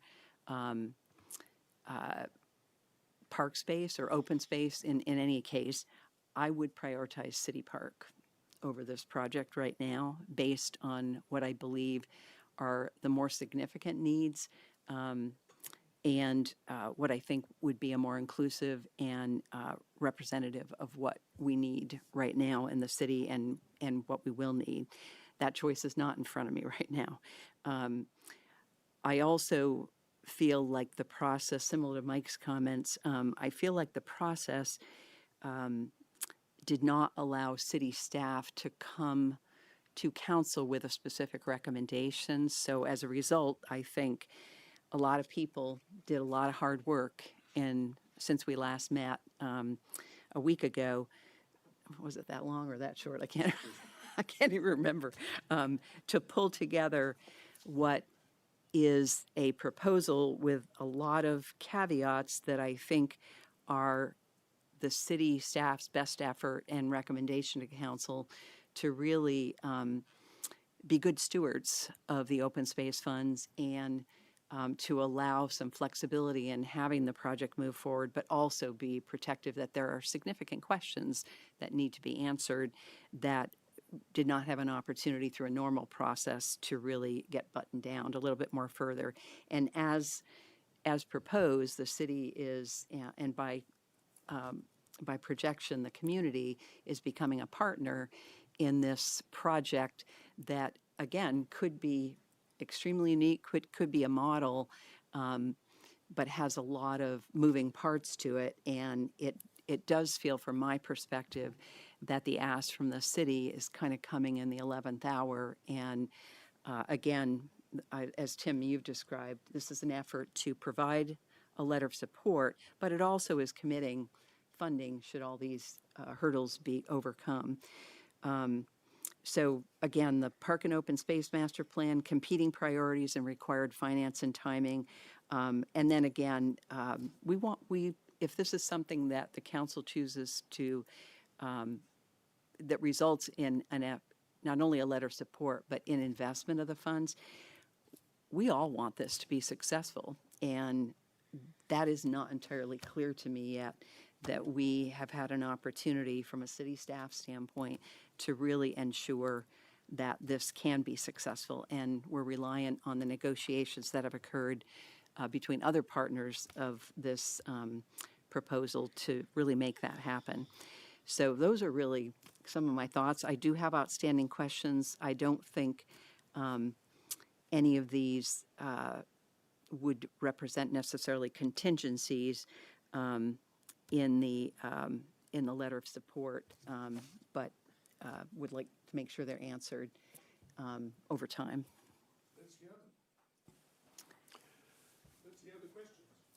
I mean, I can go through the list, but I don't think city is prepared to respond to that. Yeah, these were submitted to the city staff to respond to. So these are questions that the city hasn't really had an opportunity to respond to. Does the city manager have some answers, or? Sure, I can try my best. Okay. All right. Can I see which ones? I renamed them on my list. So can I see where you start? Yes, okay. Yeah. And Paul, I'm going to ask you to come down here and help with these. So the question, Can I ask a clarifying, sorry, can I ask a clarifying question really to Tim? There's a request from a community member to list the questions I've submitted to city staff. Do my colleagues want to agree that we should do that now? To read the questions and hear the answers? Yes. Oh, well, how many are there? Yeah, go for it. Yeah, it's Can important. Elizabeth, are the answers to these questions necessary for you to decide whether to Yes, say I had the same question. yea or nay on the letter tonight? No, that's what I was saying. Because if not, maybe we can get them in the fullness of time. I do not believe, what I just said was I do not believe my questions would represent contingencies. Okay. So maybe we can put that on the back burner and continue discussion? Can I ask a clarifying question for Jesse based on what you wrote here? I think, as we've heard here, everyone's trying to find the happy balance between conservation and affordable workforce housing. And that seems to be one of the sort of the critical questions, as well as the other one being balance of use of the open fund through the city writ large or other potential priorities. I guess I have two questions for you, Jesse, to see if we can solve this. Here you said 2.5 acres of parcel includes agreement to build no fewer than 16, or the minimum number of units required by the city's land development regulations on the portion of the parcel purchased by. Do we know what that would be? Because you said whichever is greater. So is there any way to suggest that? I guess we have your assumption of what the map is, or based on what I guess we heard from Neat. We're waiting for the formal map. Can you answer that? So I wrote 16, a minimum of 16, because that's what was me trying to thread the needle of what I had heard from the council and the interest in affordable housing.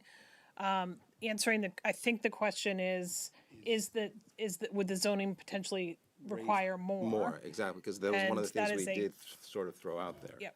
And that is a complicated question that we went over today, so I'm going to ask Paul to. Sure. So the brief answer to the question is under your draft regulations, for the minimum density is between 4 and 6 dwelling units per acre, depending on circumstance, of developable land. So if it's 2.5 acres, then it would be likely between 10 and 6 times 2 plus 14. How? That's not on your citizenship test on the. No, I actually have to forget the metric system. So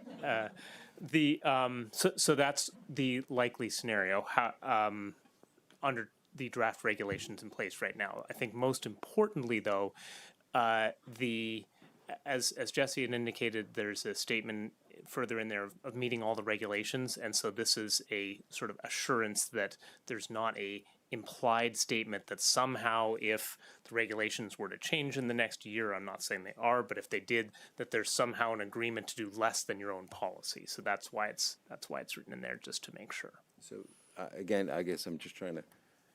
On 2.5 acres. A number above 16 is possible if that language is left in there.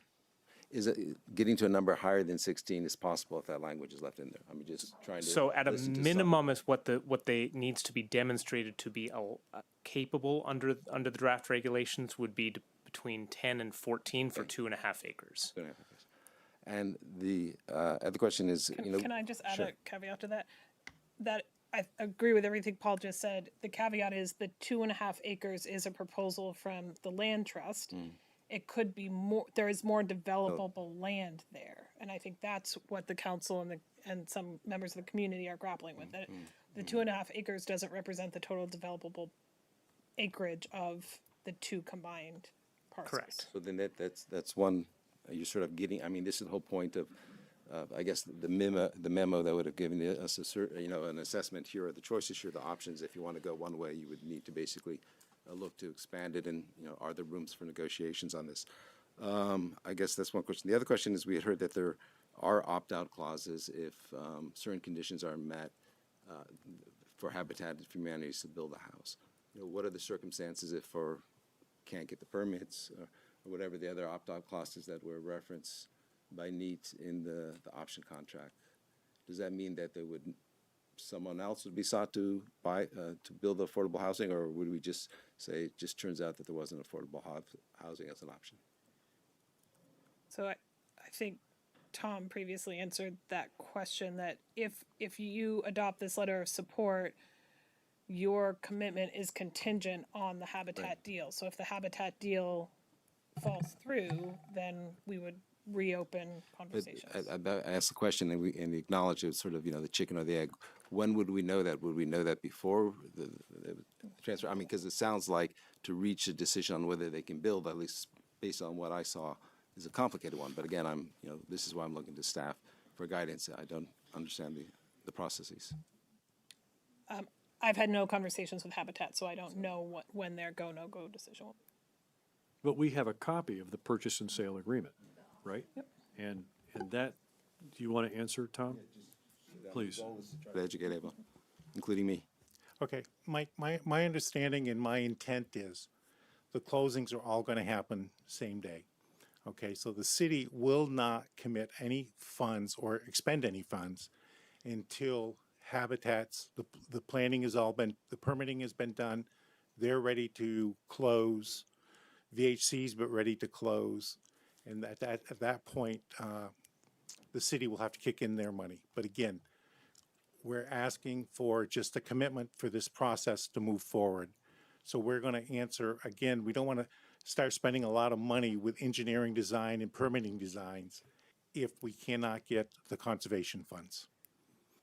And in terms of, you had said November 1 is your your deadline. Having put so much time and effort into it, which is, is quite amazing, the personal time you've put into this, creating an additional time frame to basically get perhaps greater buy-in to understand better the process is of not value? We've got to move this process along, and I see this next VHCB meeting is the next logical step, because what we're asking the city tonight is just to continue the process. Again, you will have a chance, if all Jesse's conditions that she mentioned are not met, then the deal's off, we're back to ground zero. I've got to show my auditors that this project is moving forward. Thanks, Mike. Lori? I'll try to keep my comments brief, Let but me give there's you a 2 lot. minutes. I got 2 minutes? Okay. I might go over. I'll try not to. Are you going to make a comment on whether you support the project or not at this point? Is that? I was going to make some comments about the project as a whole. And in general, I am in support of this project. Can we take a little break before we get to those Oh, comments? before his comments? Or, because I'm sure we'll all have comments, but before we get to the stage of us kind of. Yeah, I mean, Okay. I have comments too. Did you want to take it now? Before we have comments? Sounds like you We're do. ready to make, I mean, are we done with questions? I think we're done with questions. I think so. I'm happy to wait. I had interpreted what Elizabeth did was her comments, and so I thought we were into that phase already. So I'm happy to wait. If we take a break, I'd Let's love take a break too. Okay. 5 minutes, please. Everybody come back in 5 minutes. Thank you. Will the House render its attention to the council, please? Will the House render its attention to the council, please? So I wanted to make one clarifying point. Get people's attention. Hey, Carol, can I clarify one point to you and the rest of the room? Okay. Not a teacher, but sometimes get the attention. So I think I may have misspoken about something and referred to pennies for paths as part of the acquisition and not the open space fund. I just want to clarify that the fund used to acquire the parcel would be solely the acquisition portion of the open space pennies fund, and there would be no pennies for paths used to acquire the land. There might be pennies for paths used to build a future shared use path, but not for land acquisition. Just wanted to clarify that. Thank you. Oh, and you weren't even in the room when I clarified. Can I go then? So I'm going to make a motion to approve the letter of support attached to the agenda, adding as an appendix the map that we discussed as an approximation of the parcel that we're being asked to purchase. I'll second. We have a motion and a second, and we're going to have a lot of discussion of the council itself. So I think, why don't we go from left to right, Elizabeth? And I'll go last. Okay. I did have some recommendations to the letter. Would you like me, Tim, to sort of review those now? Sure. Or, okay. The proposed letter indicates that we provided a letter of support on February 20th, and I thought that should be clarified. That is not representative of the group that may be signing this letter of support. And I don't know if there's a way to clarify sort of the council or to say that the group signing this would affirm the support provided on February 20th. I know I provided some feedback on the paragraph that indicates the purchase of a permanent conservation easement. I don't think this is the proposal to specifically bring this up. But I know I've been doing a lot of reading and becoming educated on fixed term easements, and I would like to at some point request some education by staff and others around whether or not Vermont offers any incentives on fixed term easements and whether that might become part of a future strategy for us. I had a question about the third-party survey, which indicates a regulatory review by DRB or zoning administration, if that could be clarified. I'll actually just ask that now. Paul Connor, Director of Planning and Zoning. It's or because depending on the nature of the application, it may be administrative through the zoning administrator or it may be DRB. So it is an or depending on the application. Thank you. I didn't know if that was an and or. Okay, thank you. I think, Jesse, you answered this earlier, but I didn't know where the within 8 years came from. Yes, that was a date from my mind to say that we were looking for progress to be made within a time certain. It was a placeholder time certain. I haven't talked to Habitat, so I don't know what their timeline is for constructing the 16 units. Certainly, I'm wondering, could instead of change that. setting a date, whether we just say all parties shall use best efforts to ensure the project moves, as quickly as possible to completion? Can you say that one more time? All parties shall use best efforts to ensure that the project moves as quickly as reasonably possible to completion. So just keep in mind, team, that you have to sign, if you're going to sign this, you have to sign it tonight. So all wordsmithing has to be done on camera. Yep.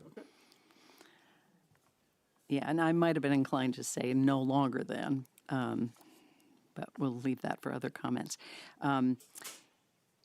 Is there any input typically in a discussion of a conservation easement on use that would require and desire community input?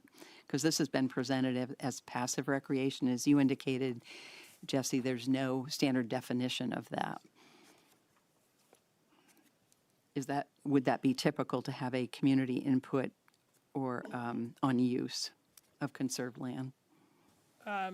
So generally speaking, yes, if the city was going to take ownership of a land for a future public space, there would be a public process around the intentions of that space.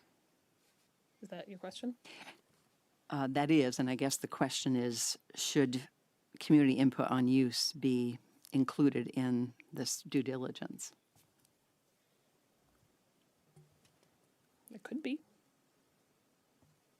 Is that seeing some head nods? I need to clarify what you're saying. That if we're looking to invest open space funds, would it be typical in a process to include community input on use? Or are we basically allowing the definition of amenities to represent our best opinion or the limitations of what is included as amenities? So as a wordsmithing suggestion in that bullet, keep that bullet as written and then add a sentence to that bullet that says, this shall include a community feedback process to define passive recreation uses of interest to the community. That would be helpful. That works for me. Yeah.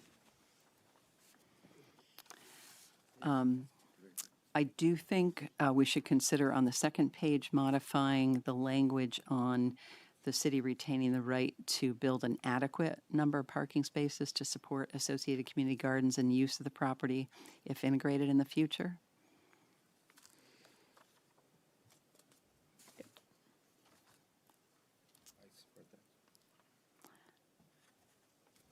And then just lastly, and this is awkward. I know a couple of community members have brought it up. I know, Andrew, you had recused yourself and had a thoughtful rationale for doing that in terms of participating in this particular issue. I also have some concerns because of your ownership of property that abuts both Hubbard and this property. And one key thing I learned in the proposal, I know the VHCB requires an assessment of properties and anticipates, I shouldn't say anticipate, and there may or could be an enhancement to neighboring properties. So I do share that concern. I understand from legal counsel that it is your self-assessment of conflict of interest or perceived conflict of interest. I do have a concern with that, and also some concern in terms of participating in negotiations that, not necessarily in this one because we're presented with a specific proposal, but in negotiations that might be talking about land value because you also disclosed an intent to conserve some acreage that you had acquired. So again, I'm not challenging that. I just wanted to share that concern I have based on my duties as a city councilor and looking at negotiations such as these. And that is it, Tim. Thank you. Thank you very much. Andrew? Sure. I have to say, I feel so incredibly fortunate to be part of this wonderful city. The passionate engagement of the community on all sides of this project and the heartfelt feedback is something we should all be really proud of. I think it's unusual and bodes really well for our democracy. I will vote an enthusiastic yes to proceed with this enhanced letter of support. It's not the end of the road, but it's an important step, and I'm very comfortable with taking that step. This project would be, as people said, a model for our community and others. In a single project, we would gain conservation of at least 32 valuable acres and maybe more. Sounds like more. 16 units of permanently affordable housing and an easement to continue a vital north-south shared use path. Because of the community's strong interest in this matter, I am going to make some extended remarks to explain my decision a little bit, and for which I apologize in advance. So, you're timing me, Tim. So with respect to the conservation aspect, as has been said, this parcel is in the heart of the Great Swamp, and the Great Swamp is this city's ecological crown jewel. As found by multiple studies, this area can only continue to function if it's left in as natural state as possible. Fragmentation destroys ecosystems. As a public amenity, it and surrounding areas will be quiet, common spaces for everyone, no matter where they live, where they come from, to enjoy, regardless of the income or experience. As I think Roseanne said, 2 years in a row, South Burlington made Fortune magazine's list of best places in the country for families to live. And why? It's because of our open space. They said the city has made a commitment to sustainability, establishing a conservation fund for open space. This is something that people really care about for quality of life. In addition, we have a global biodiversity crisis. Climate change will hasten that crisis here in Vermont. The critical need for environmental services that parcels like the Longview property provide will only dramatically increase in the future. Our Vermont Draft Climate Action Plan said that our forests, our natural resources, absorb about 41% of Vermont's greenhouse gas emissions, but because of development, this has declined 36% since 1990. That's in the plan. The plan states the capacity of our natural resources to sequester carbon depends on the continued existence of those natural resources. Land use conversion to development releases carbon and prevents future sequestration. The plan stresses land conservation as one of the important keys to address climate change. As Professor Strong detailed, a half dozen or more city commission studies have already determined the value of this parcel. I don't really need to wait for another study to know that moving forward is the right thing to do. If we don't act to conserve this parcel, the potential for future regulatory changes places it at risk, as we saw last year with S100. Also, some portion of what the city would be buying is not protected from development. And this has come up tonight. What should we do with that piece? I know that piece really well. It is developable. It's a young, probably 40, 50-year-old forest wedged between South Point and South Village. It's not met the very high bar required for a municipality to force conservation by regulation. It doesn't mean it's not valuable open space. It doesn't mean that because the forest could be cut down, that it should be developed. It remains at risk for development, from my perspective. For these reasons, it's important to act now. There's really no good reason for delay, and if we do delay, this compelling opportunity may well be gone. In addition to the compelling natural resources reasons to engage in transaction, we've learned Habitat Humanity wants to construct 16 permanently affordable homes. These homes will be a really important addition to our housing stock, hopefully housing farmers, police, other folks that are so important for this city to continue to function as it does and vital for our community fabric. I personally look forward to pitching in with the construction. I hope with the backing of the conservation community, this project will be able to move swiftly to completion. In respect of whether 16 is the right number, that's a number that the landowner and Habitat thinks makes sense. I respect their decisions. And while there's an important need for more housing, as I said, there's also an important need for conservation. It's a balance. Not all resources that are developable should be developed. The city will gain a right of way to finish a shared use path connecting South Village, South Point and Hubbard, and all points north. That's really important. I'm disappointed by the feedback we've received that we should not acquire this parcel just because it's in the SEQ zoning district. The feedback feels to me divisive, pitting neighborhood against neighborhood, framing this as an us versus them decision. It just so happens the zoning area designated as the SEQ is where our valuable natural resources exist, and the Open Space Fund was set up to conserve those resources. Different parts of the city have different needs and different attributes. Megan said it well the other day. I don't recall the same divisive feedback as we work to ensure there's sufficient money to provide public transit along our transit routes. I don't recall anyone questioning the amount we spend on public safety, even though it may not be that all parts of the city benefit equally from that spending. Children from the SEQ don't have their own elementary school. They can't walk to school. I don't hear SEQ residents lamenting about this. It's a fact on the ground. Different parts of the city have different attributes. My obligation as a city councilor is to represent the city as a whole, and I intend to do that. Pitting neighborhoods against each other weakens our community. We need to be better than that. We can be better than that. We are better than that. Having said that, the city did send out letters to all owners of the ecologically important parcels identified by the IZ Open Space Committee. No one came forward.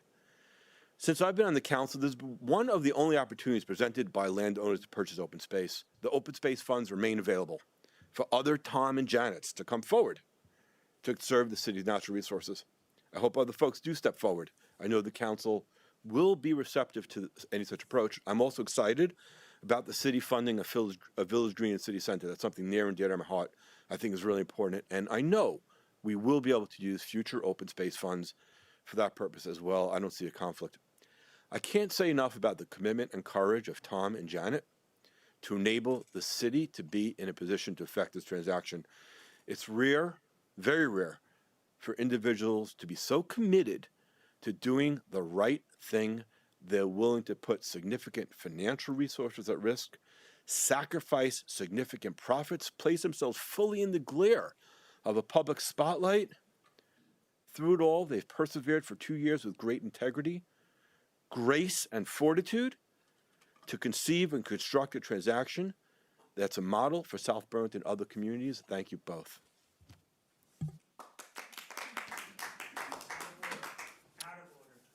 Lori?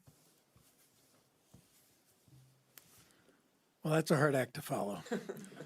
I'll try to be brief, and I will not be as eloquent as Andrew was, and I'll try not to repeat too much of what he has said. I do want to start by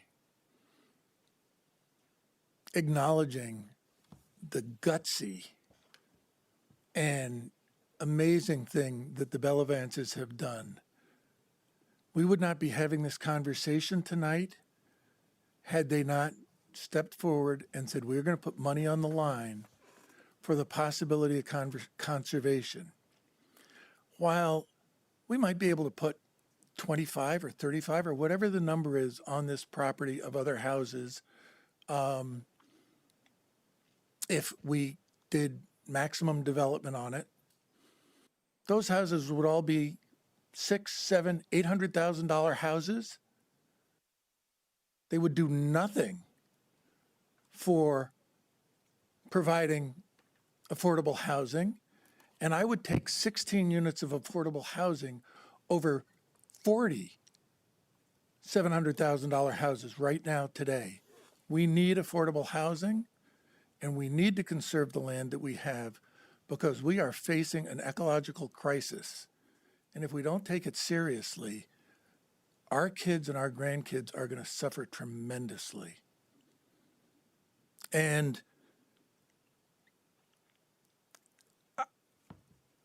I find myself at a loss for words when I look at how many segments of our community are going to potentially benefit from this project. And what we are signing tonight is not a letter of intent. It's not a contract. It's entering into a process with folks who are doing something that usually have teams of high-paid professionals supporting them to do. And we are helping them take the next step. We're helping this project move forward. There's still the possibility that it won't reach fruition. We're saying, thank you, Janet and Tom in the Land Trust, for stepping forward and giving us this opportunity to conserve land at a cost that is significantly lower than what we have used to conserve the other lands that we have conserved. That is also giving us benefits to go far beyond conservation. So I too enthusiastically support this. I know that we have a lot of hard work. I should say rather, you guys have a lot of hard work. You've done a ton of hard work already. and that you're willing to step forward and do this for the benefit of our city and our future, to me is truly commendable. So I'm done. Thank you. Thanks, Lori. Mike? Yes, thank you, Tim. In looking at this, I guess for me, I will start with saying that I'm sort of I'm fortunate that perhaps a different path was not taken from following the February meeting in terms of engaging the city and bringing in the resources of the city to help clarify some of these questions that are going into this letter of if these conditions were met. I think had there been earlier discussions, a lot of these with the city would have led to that recommendations from the city, what is possible, what is not possible, and would have hopefully gotten us to, I think, perhaps a more inclusive perception of where we are. And that's why I still think, for me, from the optimal standpoint, it would be to take those extra 2 or 3 months to allow the city to do what it would have normally done and get back to us with recommendations in partnership, since we are and partners. But this conversation, at least in terms of the specifics, have just been the last 6 days. I think changes that were suggested, and I fully support the notion of adding about the parking, adding about sounding on what is passive recreation, since it's an undefined word, is the minimum we can do to be sure that others in the community have the ability to access what, if this goes through to fruition, is communal land. I think obviously the bike path, which could have gone through an easement, even if this deal wasn't taken on board or is not taken on board in the end, should actually be done as quickly as possible. Because again, there are certain geographic realities, but there are also ways to try to ameliorate those realities by enhancing the possibility of everyone in the city to join it. I know that I personally benefit and my family benefits from living behind Dorset Park, and that's why I've been a big believer in the parks, and including a bus that gets people to, Veterans Memorial Park. So it's all about trying to bring the city together. I also think affordable housing is a unique opportunity, and there I think it would be good, if at all possible, to add, since we in theory are to be partners if this goes forward, the opportunity for the city to explore with Habitat and Humanities, whether there is a threshold, and including with need, a threshold to put aside additional acreage, because within the initial broader purchases, I understand there is more development acreage possible, and I think that would be a good way to bring the city together forward if we do go forward with this, is to expand it. And so I would recommend that we add that as an action for the city. I also think it would be good for the city just to maximize everyone's understanding in the community in terms of the conditions that we have in this letter, is to perhaps fine-tune what would be non-acceptable aspects of an evaluation, or appraisal, so people in the city know what to look for if this is going forward. So I would encourage that we add those. And if we were to add those, I think it would make it something that would be much easier for me to support going forward. Thanks, Mike. I'm going to time myself. I better not go over 2 minutes. I'm going to tell you right off the bat that I think this is a good plan. When the Bell advances came to us in February, I don't think it was quite ripe, right? But I think it's really ripe now, and that's mostly because they've involved the VHCB and Green Mountain Habitat for Humanity. I can't say enough good things about Habitat.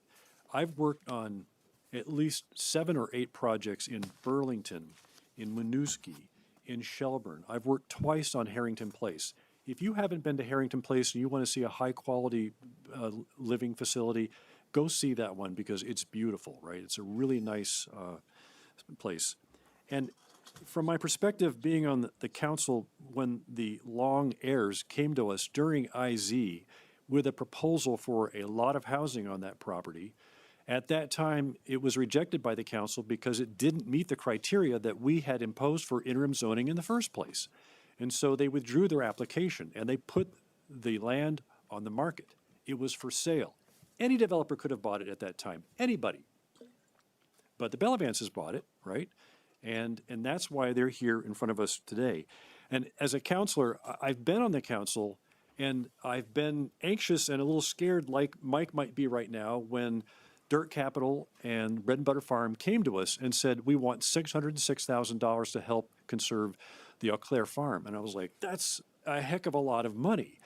But when Planning and Zoning showed us the maps of the three major parcels, and not including, but still there was a lot of land in Shelburne as well, those three parcels together, what they comprised in terms of conservation and preservation of agricultural lands and the function as agriculture was just, it boggled my mind. And I was like, we do not have any, there was no hesitation on my part in voting yes to participate in that. And since then, the city also kicked in an extra $300K to match a USDA grant, right, for that property as well.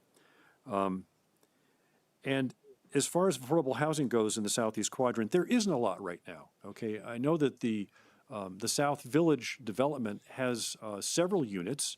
They're supposed to build 1 for 1 as they finish out their phase 2, I think it is, but they haven't built it all.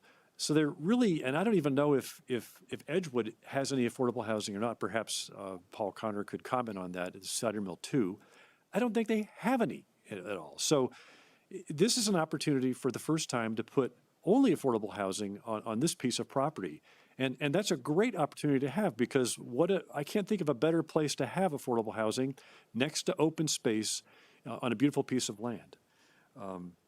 And so I've hit 3 minutes and I'm going to stop because I support this project and I don't want to drag it on too long.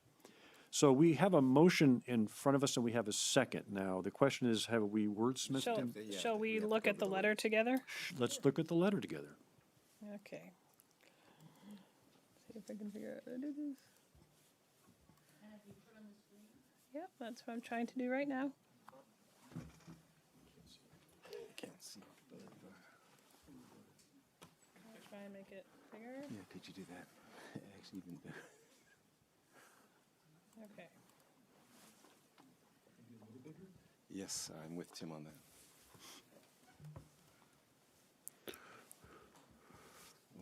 Jesse, I'm not comfortable with the new sentence that says the party shall explore adding more acreage. As I indicated in my comments, the land is developable, but these parties have decided not to develop it. It's also valuable natural resources, and I respect their judgment as to how many homes should be built and what portion of that land should be developed.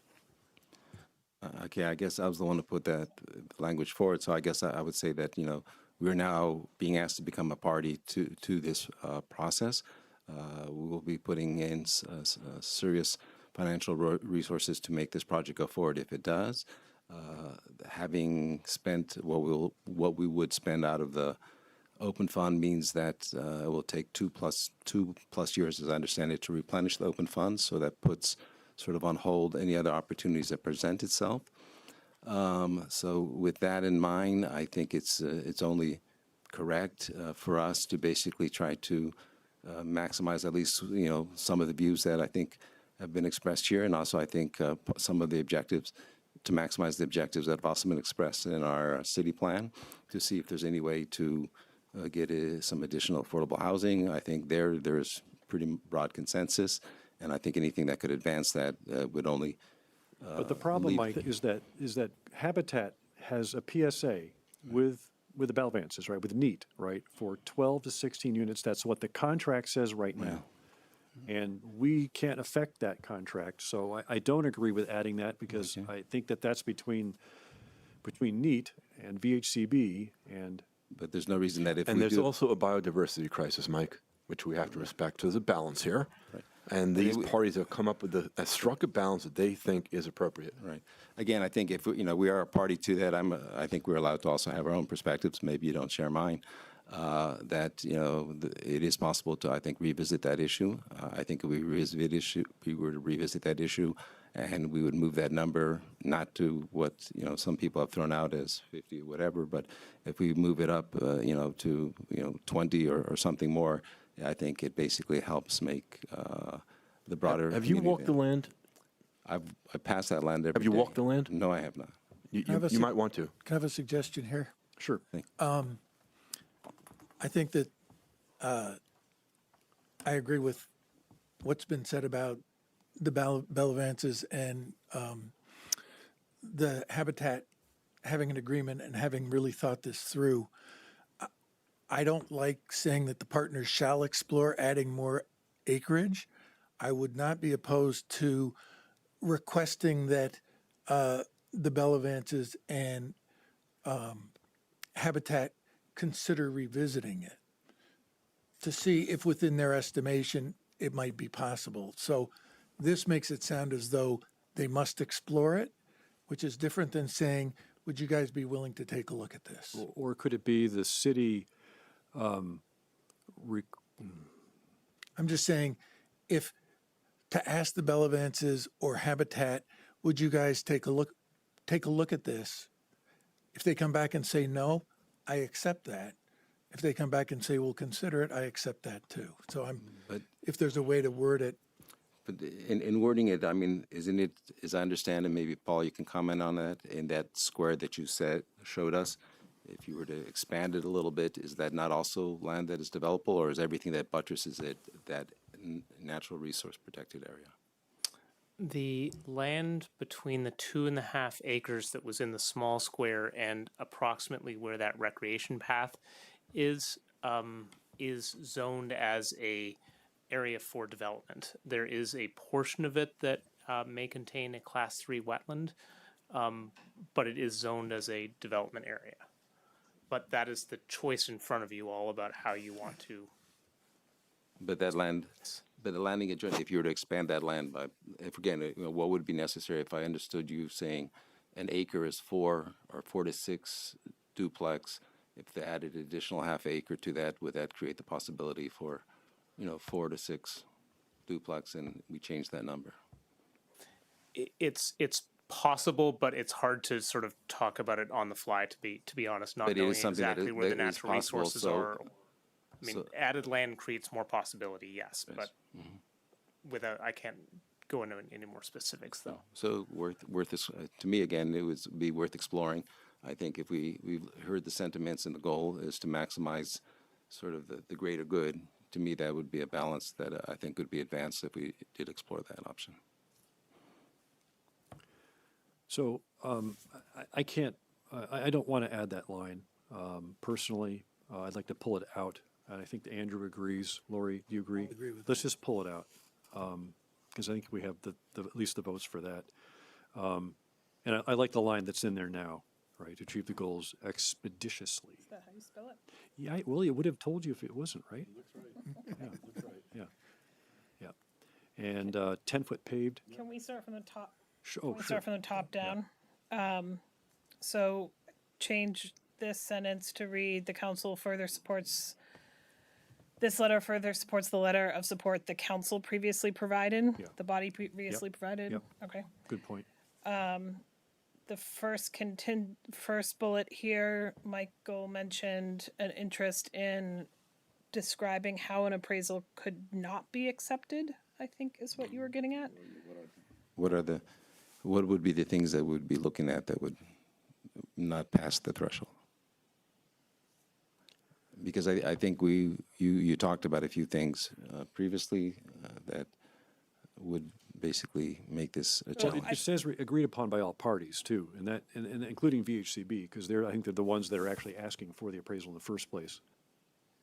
So I wrote this generally to say, yes, agreed upon by all parties, and provides the market justification, i.e. the match dollars to dollars for monetary and acreage value. So I tried to leave it very broad to give you, quite frankly, all lots of options to get out of it if you wanted. Okay. I guess you could, if you have suggestions on contingencies. No, I just again, I'm not sure, you know, all agree what are those things that it's being judged against. I mean, again, it's not a process that I'm familiar with. But the way it's worded, if we don't agree, then it doesn't fly. Fine. So And we being the adding city, contingencies just right, just is that- restricts what our is that when you say we, is it the cities, the planning, the LDRs, the planning and zoning, the, DRB? I mean, what, In this instance, it would be the council. Yeah. the council? Okay. I think I this gives also us think what we on- need. Yeah, I think on this one, having the market rate justification is adequate, because I think Okay. that'll be covered Okay. in that. Thanks for explaining all that. And we already said that the Hold on. expeditiously is done. Hold Oh, on. there's more? My Oh, wait. bullets got messed up. What do you, oh no. Yep, so then you talked about this, that's fine. Bob had mentioned the putting in the 10-foot shared use path. Erica, can I put you on the spot to say the construction of a 10-foot path? Do you, from a public works standpoint, do you want more flexibility in that, or are you comfortable with that? Yeah. Yes, please. And identify yourself.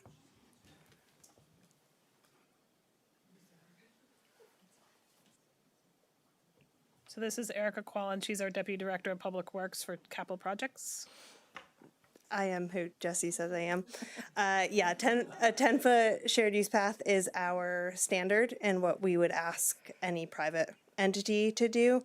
If you would like to make sure that we say designed to withstand the emergency vehicles Yeah. we had talked If about, it's wide enough. the 10 feet should be wide enough. Okay.